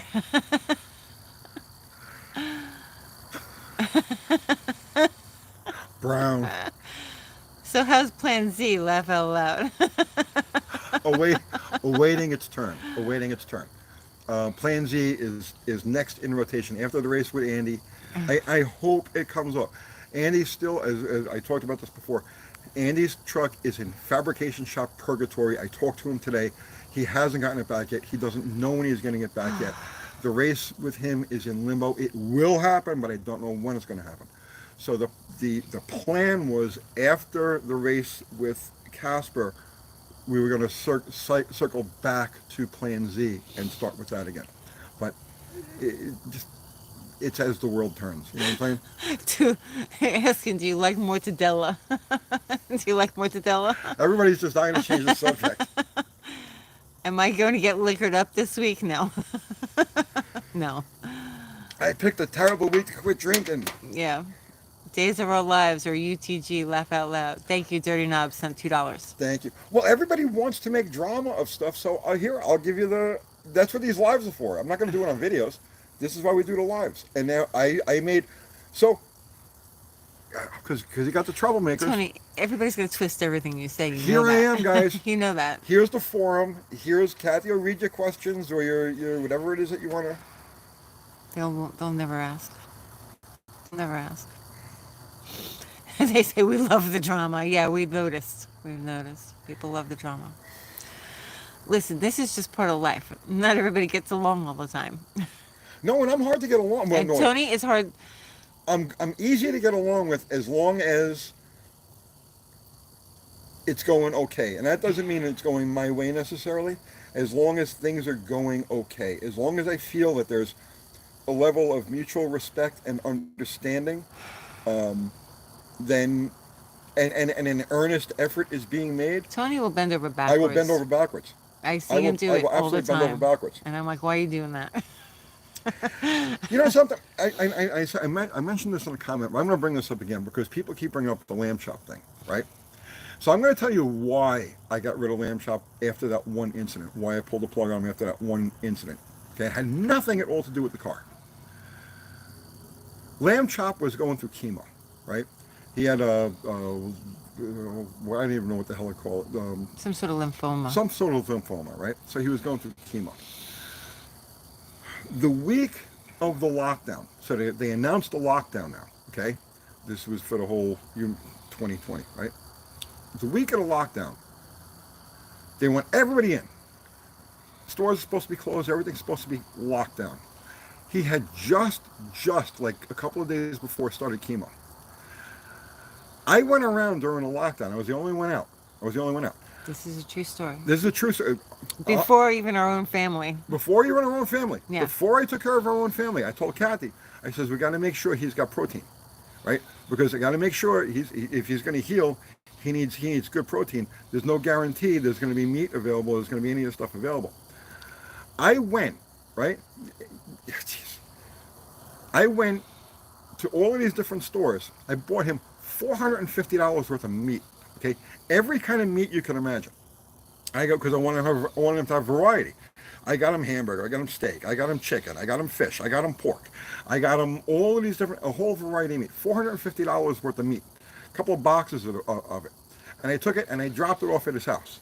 And I was, hey, I want to make sure you're eating well, during this freaking lockdown. And I left. So Because the stores were emptying, like this, people were going crazy. They were buying a lot of food, so yeah. we knew that he couldn't get out. Well, I mean, quite literally, during this was like during the panic phase of the Yeah, lockdown, during and I panic was the phase. only person out. I was Yeah, like, there was zero traffic, there was nothing, and I was hitting any store that was open and buying whatever meat I could that would that wasn't going to go just. I was buying meat, and I dropped these boxes of meat off at his place to make sure that he was going to be eat healthily during his chemo. Right? Am I making no, this you're up? not Am I making it up. exaggerating Yeah, this? no, you're not. Right? I took care of lamb chop. I took care. Now I got my grandkids and all that. I took because lamb chop was sick. I took care of lamb chop before I took care of my own family. I went and did the shopping for him. Then I went and Yeah, did the shopping for my family. right. Right? So then, like within like 3 weeks, a month of that is when he's on this live with Tall John, and they're talking shit about me, and I'm like, you know what? Fuck you. Done, and I pulled the plug. But that is what I mean. I never said anything. Like Kathy said, we do something that's charitable. We don't talk about it. Okay, but in this situation, I have to bring it up because it factors into why he's gone. But he'll never mention something He'll like that, never and say it's anything just like like that. Right. he'll go over there on Brian Cabal's channel and just like keep going, but he'll never say anything good that we ever did. So Yeah. Well, that's a common it's a theme. common That's a thing. common theme. Well, because then they would have to admit that they did something wrong, Exactly. right? Exactly. And they can't do that. Their pride is too big. But yeah, not that we haven't done things wrong. We've done things I wrong. do plenty of things that are wrong. Yeah. But when someone you see somebody around and then they disappear, you gotta know I have a good reason for that. I have a good reason for that. Do you know Cabral personally, or is he just a troll? I've never met him. I He's a have troll no idea with where he no came from. life. I feel bad. Honestly, I feel bad for the guy. Brian, I know Brian, you're watching this. You know, go get a life. Yeah, Honestly, this is a seriously. guy who sits in his basement and literally makes 2 or 3 videos about me Sad. every day. How, you talk about like crazed stalkers. The guy literally makes videos about me, sometimes 2 or 3 videos about me every single day. How crazy is that? Yeah. And then he's got this whole like posse that surrounds him, Hmm. and it's like they literally make up stories. Yeah. It's the craziest thing. Yeah. They speculate on things and then just take them as gospel. It's a weird thing that only happens when you're in the public eye, which is why I avoid being in the public eye. Yeah. Yep. Yeah. He's nuts. Yeah. I'm in the public eye just enough to do my job. My job is to make videos, Hmm. and then that's it. I'm done. It's amazing to me. Like I can't really fathom it because I'm so wrapped up in doing my own thing and worrying about my own life. Like how people get so wrapped up in YouTube videos about cars. Like it's crazy. It's seriously, absolutely like insane. I watch a lot of videos because I like to learn things, and I don't think I've ever commented on anybody's video or even read the comments on any of those Oh, I videos. comment on videos. No, you do. You comment on a lot of videos. I don't. I don't go into the comments. I'm like, oh, let me learn this and let me go do my thing. Like I don't have the time or the mental I don't do it all capacity. the time, but I do it. I do it fairly frequently. Usually our friends, like DD Speech Yeah, Up or something friends like is that. different, right? I'll throw a comment in. I'm talking about, say, like you're trying to learn how to like make bread. Like Oh you're yeah, gonna watch yeah, the yeah. video, you're gonna learn how to do it. You're not gonna go in the comments and be like, "Oh, look at their kitchen. Their kitchen's a little dirty." Blah. Like, who does that? Like, really, who thinks like that? To me, that's the most It's the fascinating part. It's like, craziness. It's the how do you craziness. even think like that? Let's see. Uncle Tony is my favorite source for Mopar enthusiasts. Thank you. Awesome. Let's see. Tony, is there such a thing as too much signal to the carb? And if so, what are the consequences of it? Yeah, many carb videos coming, including one tomorrow. I don't want to talk about carbs right now. Okay. Um, I did see, like, I don't know. I don't want to talk about it. What? No, like there are people that make comments over on Cabal's channel that are just like really out of line, like just really out of line. It's a nutty group of It's people. a nutty group of It's a people. nutty group of people. Um, that bearded guy says, Tony, keep up the great work. They're literally obsessed with me. Yeah, I know. It's I know. how weird is that? You got It's a very group of a strange. clique of grown men. Grown men. Yeah, these are grown These men. are grown men. These aren't kids. That have no life. That are literally obsessed with me. They comment. They watch everything. They comment on everything. It's crazy. It's creepy. It's weird. It's very weird. Oh, let's see. UT should consider doing a diesel build. Not really. I leave that to people who really know and love diesels. I don't really know them, and I definitely don't love them. No, they're children. Yeah. Let's see. Cookville, Tennessee here, enjoying the live. I'm glad you're enjoying it. Don't stalk me.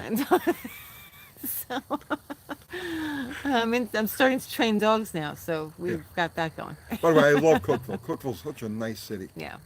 Let's see. Let's see. Do you like Pontiac engines? Yes. Yeah. I mean, yeah.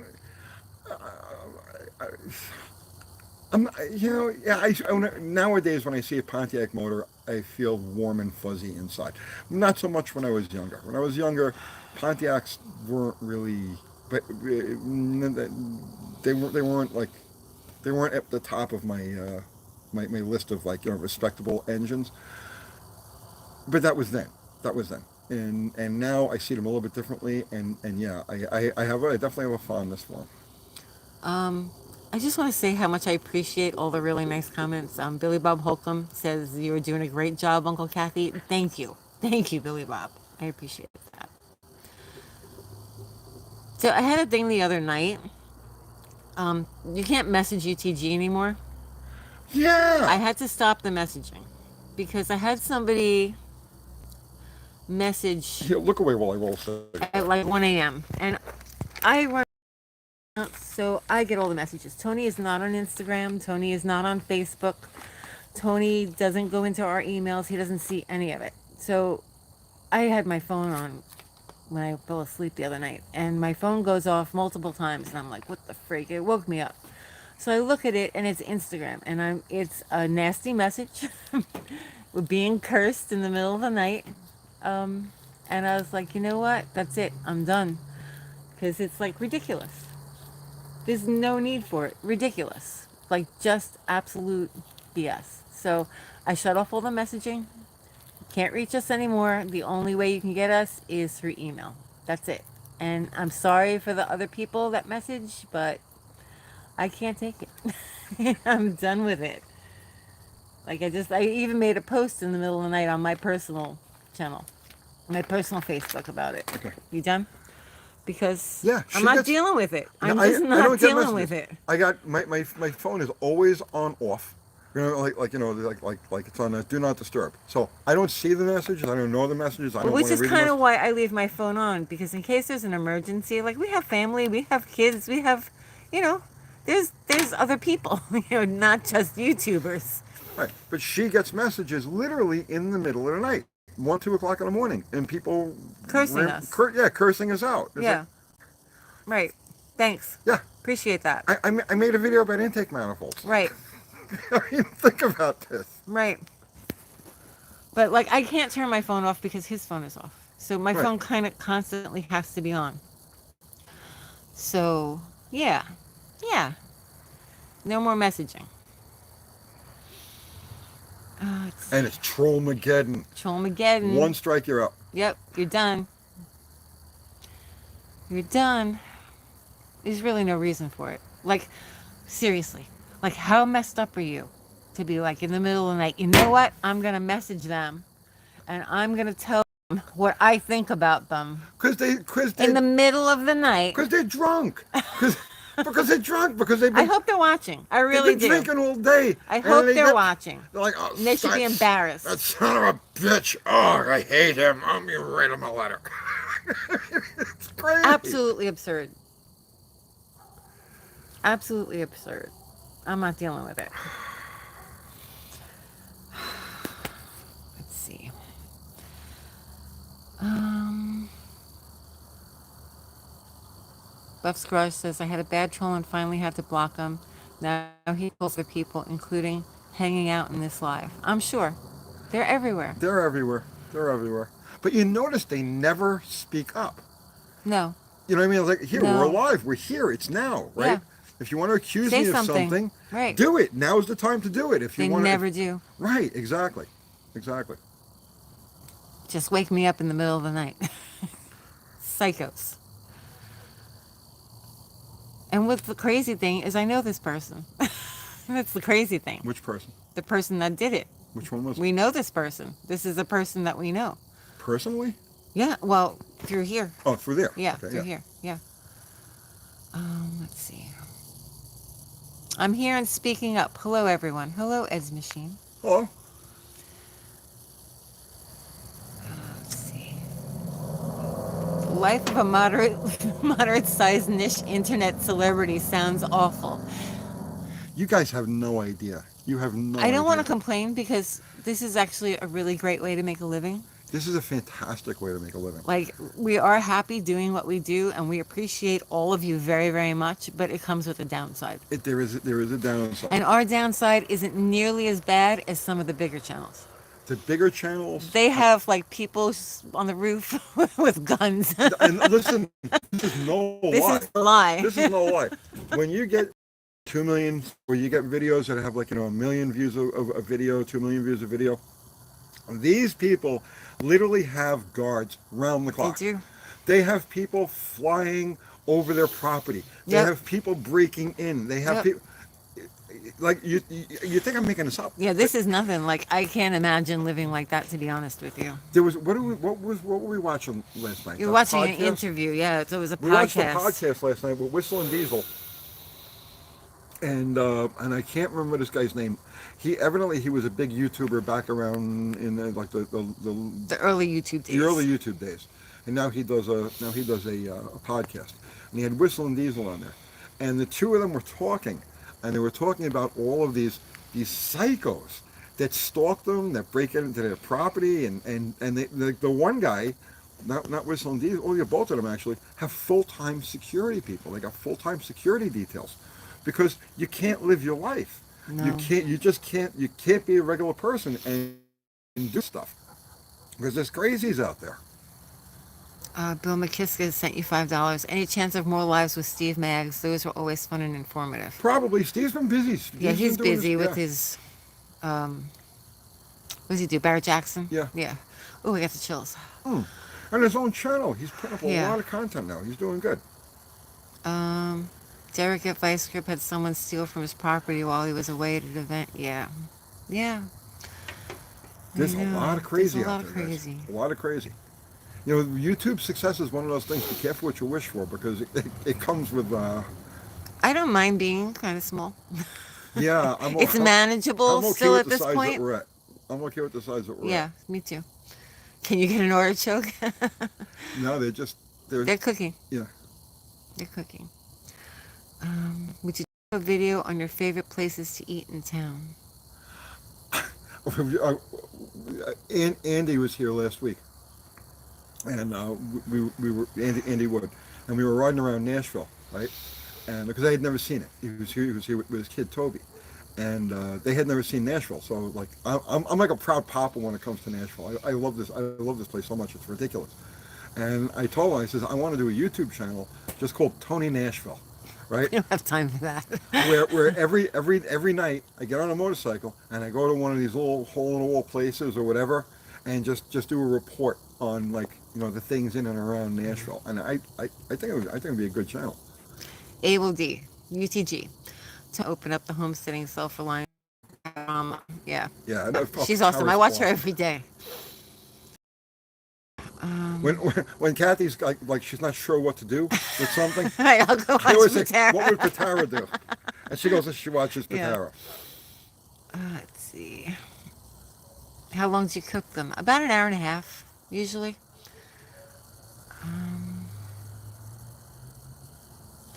Lazy Ho Ranch says, I'm rethinking whether or not I even want to bother anymore. Too much garbage to deal with for something you put in too much time on.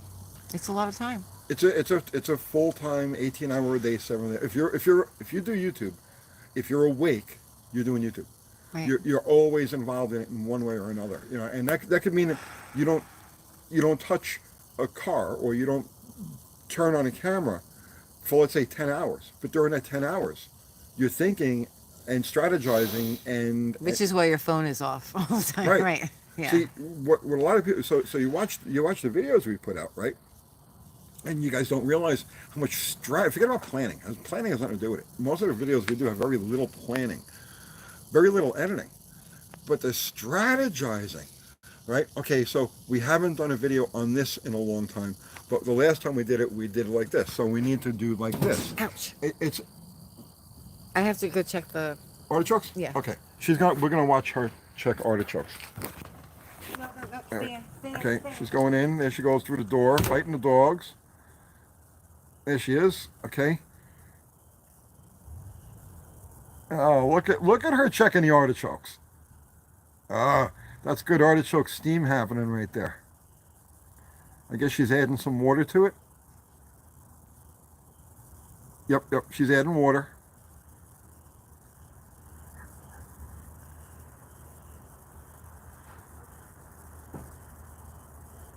She looks like she turned on the heat. We're getting a play-by-play on the artichoke action. Can you guys see what she's doing there?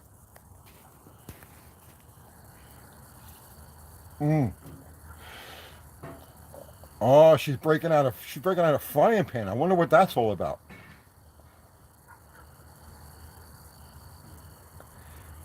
It looks like to me like there's a complication, like an artichoke complication.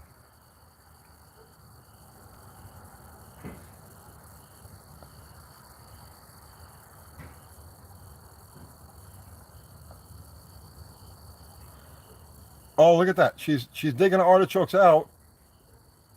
They can't possibly be cooked already. Oh, I guess they are. She's putting them in another. She's transferring the artichokes.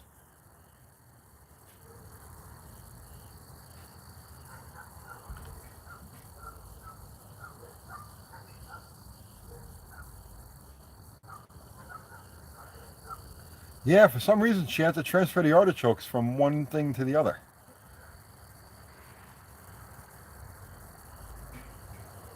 Have you ever guys had stuffed? Yeah, that's what those are. They're stuffed artichokes.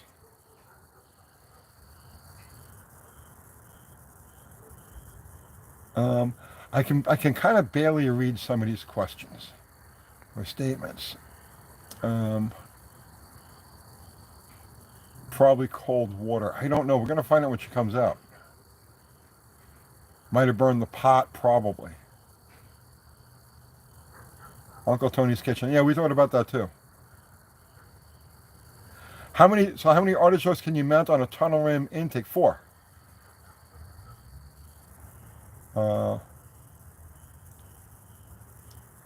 Wayne Ferguson, did Scooby return the GTX in good condition? It's not a GTX, just a GT. No, actually, the front end alignment was so whacked out. The passenger side front tire was, I don't know, he must have hit a curb or something with it, because I had to put a passenger side front tire on it and change the toe on it. Okay. Let's see. Here she comes. What happened? We were watching the artichoke drama. I know. It was running out of water, and one of them burns and stuck to the bottom. So I had to change God. the pot. Oh my God. Because I'm out here doing lives. You see, when you do YouTube, you sacrifice your artichokes sometimes. Is that what happens? Yeah, you can't have artichokes like a regular person. I know. Well, it's hard to cook and do a live at the same time. Okay.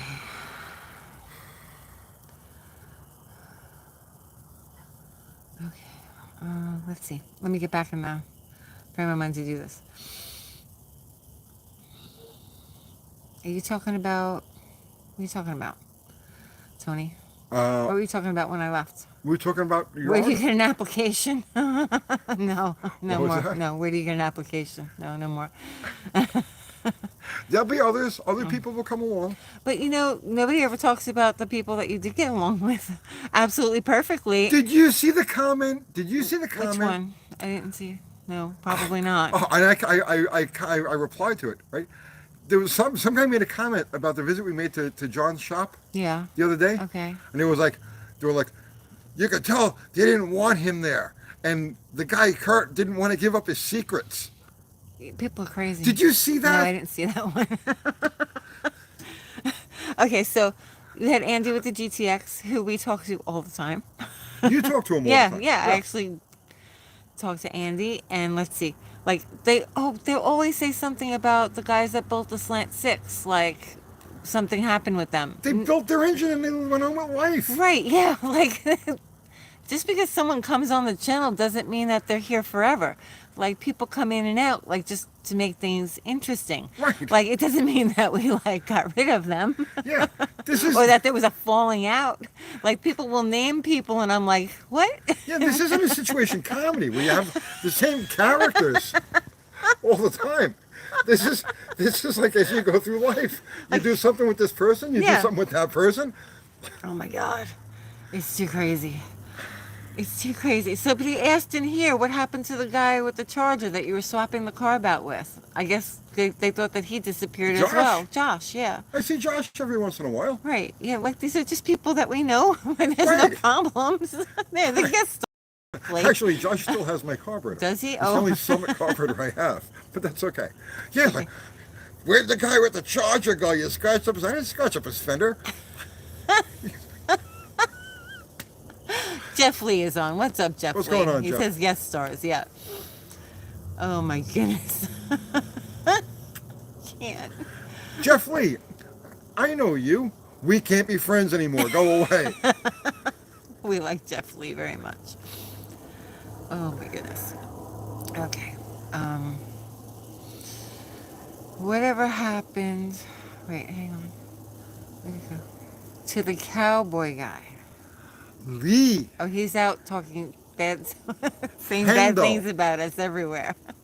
The guy is Anywhere he literally can. he's literally All a right, don't say first-class it. psycho. Okay, don't say it. Don't Don't say say it. what? Just don't talk about him. He did some stuff in the shop that was just not cool, so we had to let him. Like very Like- not cool. Yeah, not cool stuff. So that Right. was it. Kathy's saying don't say anything else. That's so enough. I'm not going to That's say anything enough. else. Yeah. Yeah, the guy's nuts. Okay. Seriously nuts. Seriously nuts. Stop. Well, he's been saying terrible things about That's us fine. everywhere. Let him go for it. Yeah. Let's see. There's no way to know, like, there's no way to know how people are going to be, you know? Hello, X.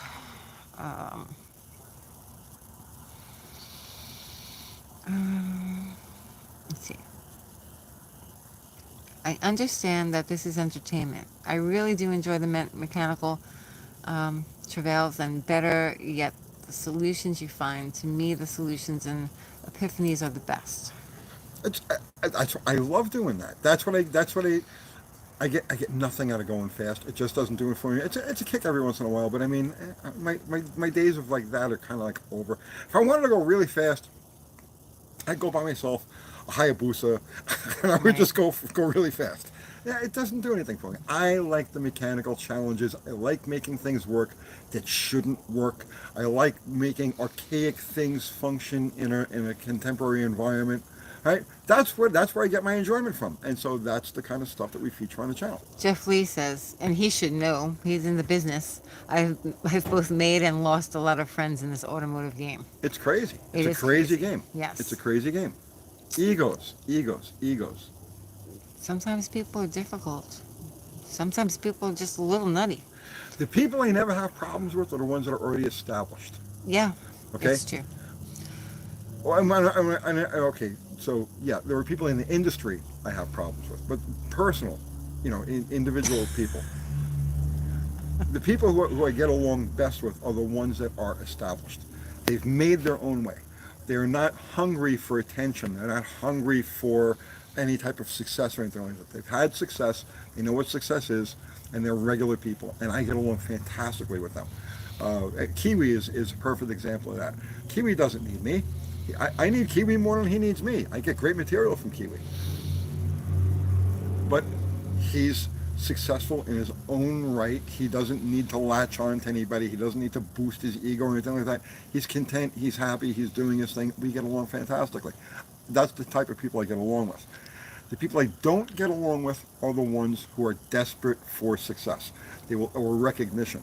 They will do anything. They will say anything. They will go to any length for that taste of fame. You know what I mean? What are you gonna do? Generally speaking, that's who you're going to encounter as. So the people who show up at your shop, and they're like, I want to work on stuff, right? Okay, right away there's a red flag to me. Why aren't you at your own shop working on your own stuff, right? So as I get into these, I get into these relationships with people, knowing going in it's probably not going to work, and I tell everybody, everybody that it's an experiment. I never ever tell anybody this is going to be great. This is going to be a full time. We're going to be friends forever. You're going to be on the channel forever. We're going to become the biggest team that ever lived. Never. I tell everybody who gets involved with me in business, right? And this is my business, that this is an experiment. We're going to run it for as long as it goes. As long as it's good, we keep going. When it stops being good, we stop. So I have seen somebody said like, well, they were around like for 2 months and then Tony kicks them out. 2 months. They were around for over a year. Like we're talking like people have stayed for a very long time. Yes. Nobody got kicked out. Like, and we treat people pretty well. I mean, I didn't treat anybody. I treat everybody as an equal. I treat badly. everybody as family. Right? That's how I am. Right? I treat everybody. But that's not how everybody else is. And anybody on here now who's had any experiences with me, knock yourself out, right? The only time you get bad is when people like when that disrespectful, or when like the guy tried to move in to the shop without even telling us, like he brought all of his things. Yes. Right. Well, I don't know why you didn't let me say that. I didn't know that you were going to say that. That's what I was going to say. Oh, I didn't know. Yeah. Well, yeah. Lee. Right. He brought all of his stuff to move into our shop, like his furniture and everything. Yeah. No. Literally. Okay. Literally. There's no exaggeration. You can't make this stuff up. Okay. I go home. It's like I don't know, whatever time it was, like 8 o'clock, 9 o'clock at night. This is the cowboy hat guy. This is the cowboy hat guy. He was just helping. He wanted to do a podcast or something. He wanted to do a podcast. Yeah. And I was like, great, we'll set up to do a podcast. So it's like 9 o'clock. I go home. My routine typically is I go in early in the morning. I get there like 5, 6, 7 o'clock in the morning. I work until around lunchtime. I take a break, and then I go back in the early evening. I'll go back about 5 o'clock, 6 o'clock. Don't tell people your schedule. For a few hours. Well, it doesn't make any difference because they stalk you anyway. They just park. I just got a letter on the door. A guy was camped out waiting for me to come in. So it doesn't make any difference. You can on my schedule. So I leave the shop at about 9 o'clock at night. Everything is normal. And Lee is cleaning an engine block. I remember very specifically, he's cleaning an engine block. He's cleaning the block that ended up going into Sledgehammer. Okay. I go home. Watch TV a little bit. I go to sleep. I wake up. It's like 5 o'clock, 6 o'clock. I go into the shop, and the shop smells funny. I open the front door, and it smells funny. I'm like, what the hell is that smell, right? And I walk in, so there's a bunch of offices on the left. And I walk down the hallway, and as I'm walking past the last one, I see that Lee, the guy with the cowboy hat guy, set up an apartment in there. He brought in a bed. He brought in a dresser. He brought in a nightstand. He brought in a TV. He literally, overnight, while I'm home sleeping, set up an apartment in the shop. Without even mentioning it to anybody. So Tony flipped out. Yeah, of course I flipped out. So that's why Lee doesn't like Tony, because Tony had basically a hemorrhage, because who does that? I threatened to kill him. Right. And I wasn't even a threat. It was like a promise. I swear. I told him, what I are you will doing? choke the life out of if Tony. this stuff isn't out of here. If this stuff isn't out of here, what? Yeah. I will choke the life out of you. And I gave him another chance. And when I gave him another chance, a couple of weeks later is when the thing happened with Garrett's car, and there's a whole video about that. The video's up. Still up. Okay. Um, Sharon5582 sent you $2 Canadian.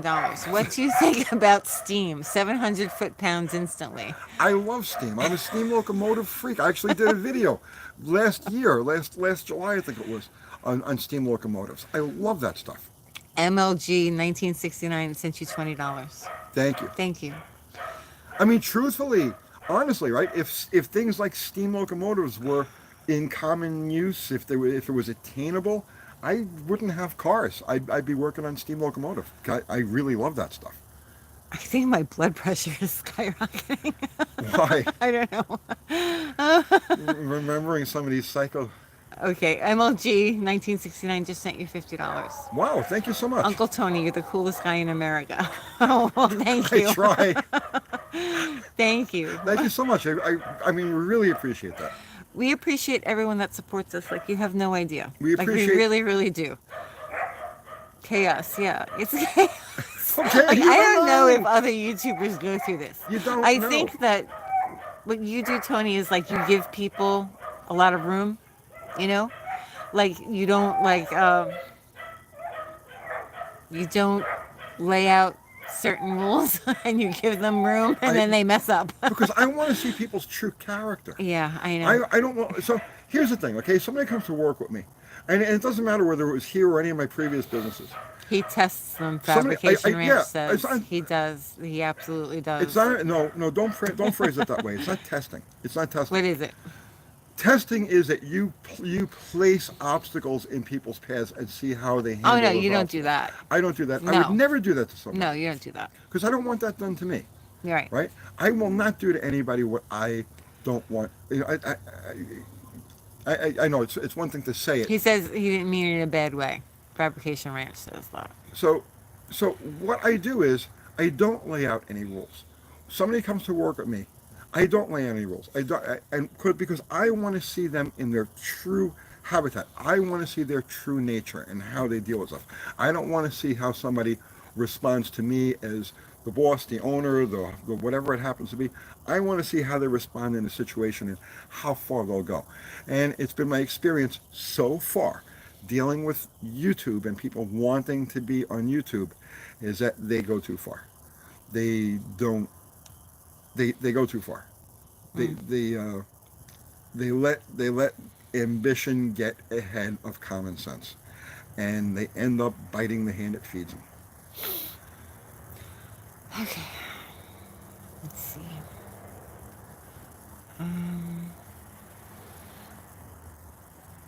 Let's see. There are some men you just can't reach. That's true. Look away. Look away. Oh my goodness, again.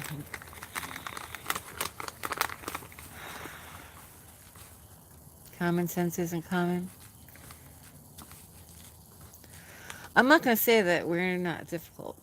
We can be very difficult because we're very set in our ways. Like, that's pretty obvious.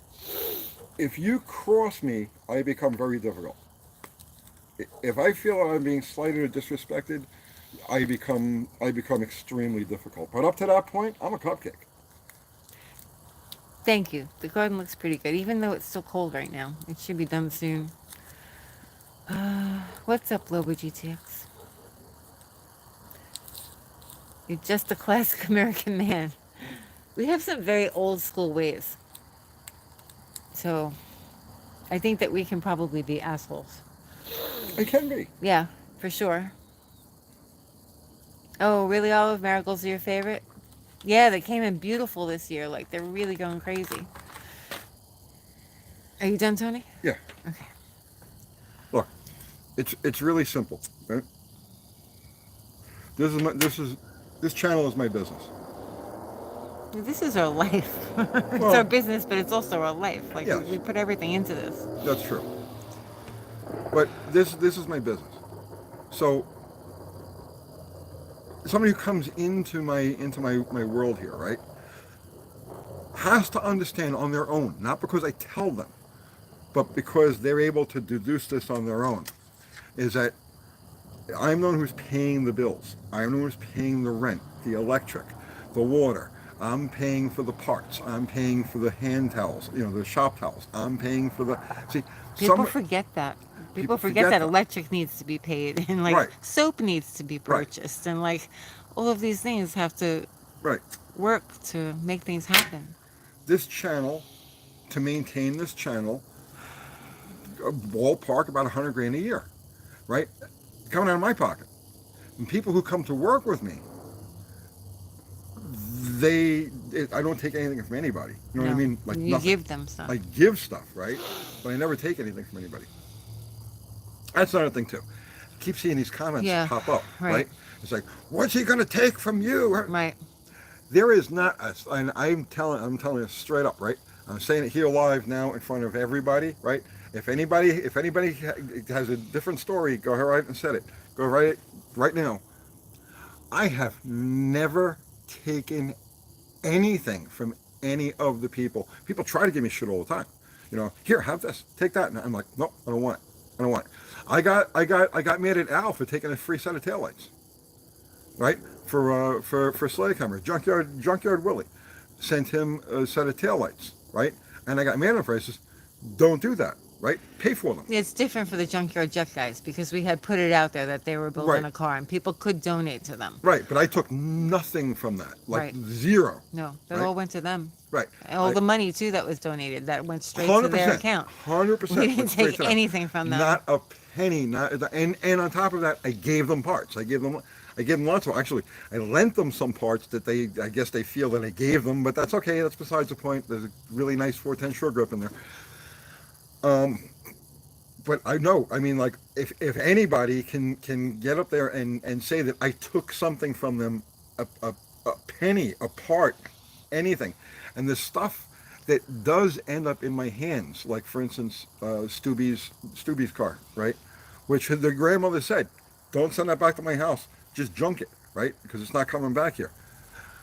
I wouldn't even sell that. I gave it to Buff. I says, here, Buff, here's a car, here's a turbocharger, here's motor parts, here's this, that, and the other thing. It's all yours because I won't sell something that was given to me. You loan tools out. Yes, and they never come back. Which is why I have all this shit at the shop. It's just like here, I go to yard sales or I go to wherever, and it's like, oh, $10 for the bucket full of tools. Great, here's your $10, and I just shovel it all into the toolbox because it's like this stuff just walks and. Papillon Cycle says, I'm remembering watching you guys having a great Christmas party that looked harmonious and excellent. Yeah. I think that what bothers me is like I feel like maybe we gave people the opportunity to make things right and they chose not to. Yeah, that too. I think that bothers me, I think more than anything. It's like, okay, we feel this way. Yeah, maybe we're messed up, whatever. It is what it is. But here's an opportunity Right. to say something, to maybe say, okay, this is going on. What's going on? Ask what's going on. How do we fix this? And they didn't take that opportunity. So I think that's what bothers me most about most of this stuff. But seriously, that comment just kept coming up, and it's like no, you better lock the door behind him, right? Right, because she's going to take people's stuff. I mean, Yeah, this is ridiculous. It's really ridiculous. Let me tell you something about me, okay? if I'm going to steal something from you, I am going to tell you. I'm going to look you square in the eye, and I'm going to say, I'm taking that. Right. Right? Done. I don't do sneaky things. Right. Rob's Rods and Streetcars says, you guys have helped me in many ways. That's Thank you. awesome. Wheelie King 71. Tony just wants people to prove their mettle. Yeah. Simply back up what they portray to be. Everybody seems to be able to talk the walk. Very few are able to walk the talk. Exactly. I don't want to set down guidelines that you're going to follow my guidelines. Right. I want to know that you're of strong enough character that you have those guidelines yourself. And if you do, we're going to get along like brothers. And if you don't, there's the world. Go to it. I think somebody had made a comment too. Maybe it was Need Metal. He said something about like being from the Northeast. Yes, that's another thing too. And growing up in the time that you grew up and learning the way you learned from other people, like, and what you went through with Jerry Caminito, like, there are things that, like, you really, like, you were abused. Yeah, I was Like, abused. you were abused, like, trying to learn from these people, and you're, like, really giving it to people for free, I for was nothing. All that knowledge that you had to, like, break your ass for, and, like, follow people around and, like, try and figure out and, like, get locked out in, like, hurricanes and, like, like, crazy stuff. Like, I was just talking about but Jerry like people recently. don't understand that. So like people are like, "Oh yeah, I'm here. Let's have a party." But like you're coming from a place where like you earned what you know, So every single bit of it. so I have to say this up front, okay? I feel I owe Jerry an eternal debt of gratitude because You hated him. I learned things Right. from Jerry. I learned things from Jerry. I got opportunities with Jerry. He ran a tight ship. I guess he finished number 10 in the world, which is at the time there were a lot of funny cars. It's not like there was just like 3 funny cars like there are today. Back then there was like 60, 70 cars, and he finished number 10 in the world, which was and there was zero sponsorship, zero sponsorship. Everything the car was run out of a 1 car garage, a 2 car garage, with like In Brooklyn, in Brooklyn, right? no room. No room.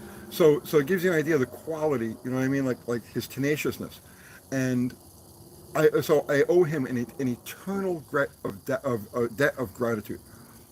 But back when I was working for him, I used to refer to it as Death Camp Caminito Right? Yeah, you because like he would drive you crazy. because I knew from the minute I woke up, and I worked on and off for Jerry for a couple of years. I knew from the minute I woke up, if I was going to go and deal with anything with Jerry, I was fucked. Um, It's true. before this day is over, before this day is It over, was like boot camp. yeah, before this day is finished, I am fucked. Okay? I Tell knew him that. what he made you do with the screws on the body. I think I told You that get to story. tell that story? I told that story. I was, MLG 1969 sent you $100. I love all shit. your vids, Uncle Tony. Thank you so much.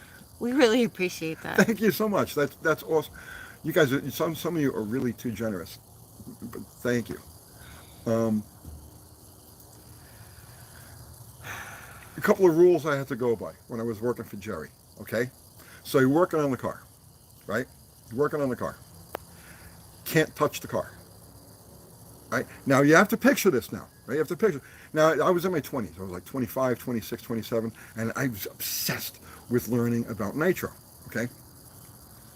So I signed on to any gig that I could get, and I just went with it. There was a lot of leakers, a lot of like really bad stuff.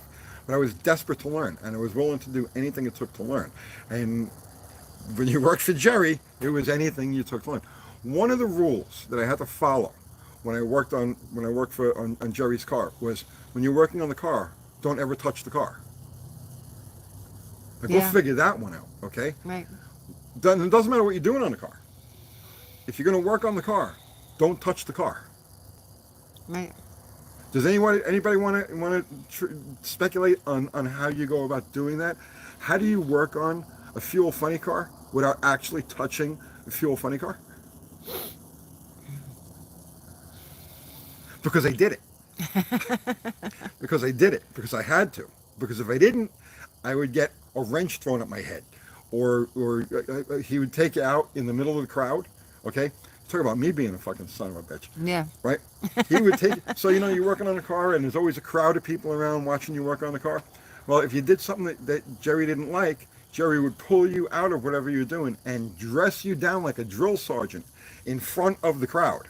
He made sure that you were the spectacle, and you were having a new asshole ripped for you in front of these people, and you better go right back to work. And I did that for years. So, Without, saying anything because you wanted to learn. because I wanted to learn, I was paying my dues. You're paying your dues. That's my the big dues. thing. Paying dues. You want to be part of the elite. Right. And in drag racing at the time, top nitro cars were the elite, and I wanted to be the elite. So you work on the car without touching the car. So this is a concept where let's just say you got to change the fuel pump on the car. Okay? Obviously, you're going to have to handle the fuel pump.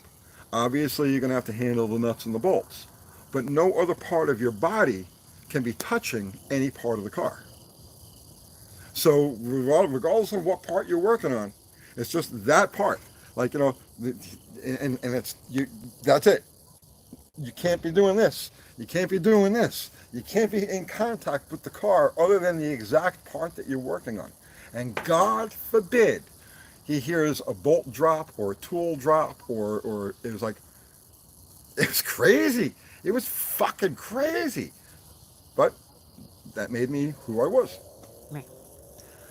So, but that's where you come from, and That's where I come from. what people are not going to understand. Like if they're working with you and they're learning, like maybe it's our fault, or like we don't realize how much they don't understand where you're coming from. You know? Because like you can't write that out. You can't be like, well, this happened and this happened and this happened and this is my attitude towards the whole thing.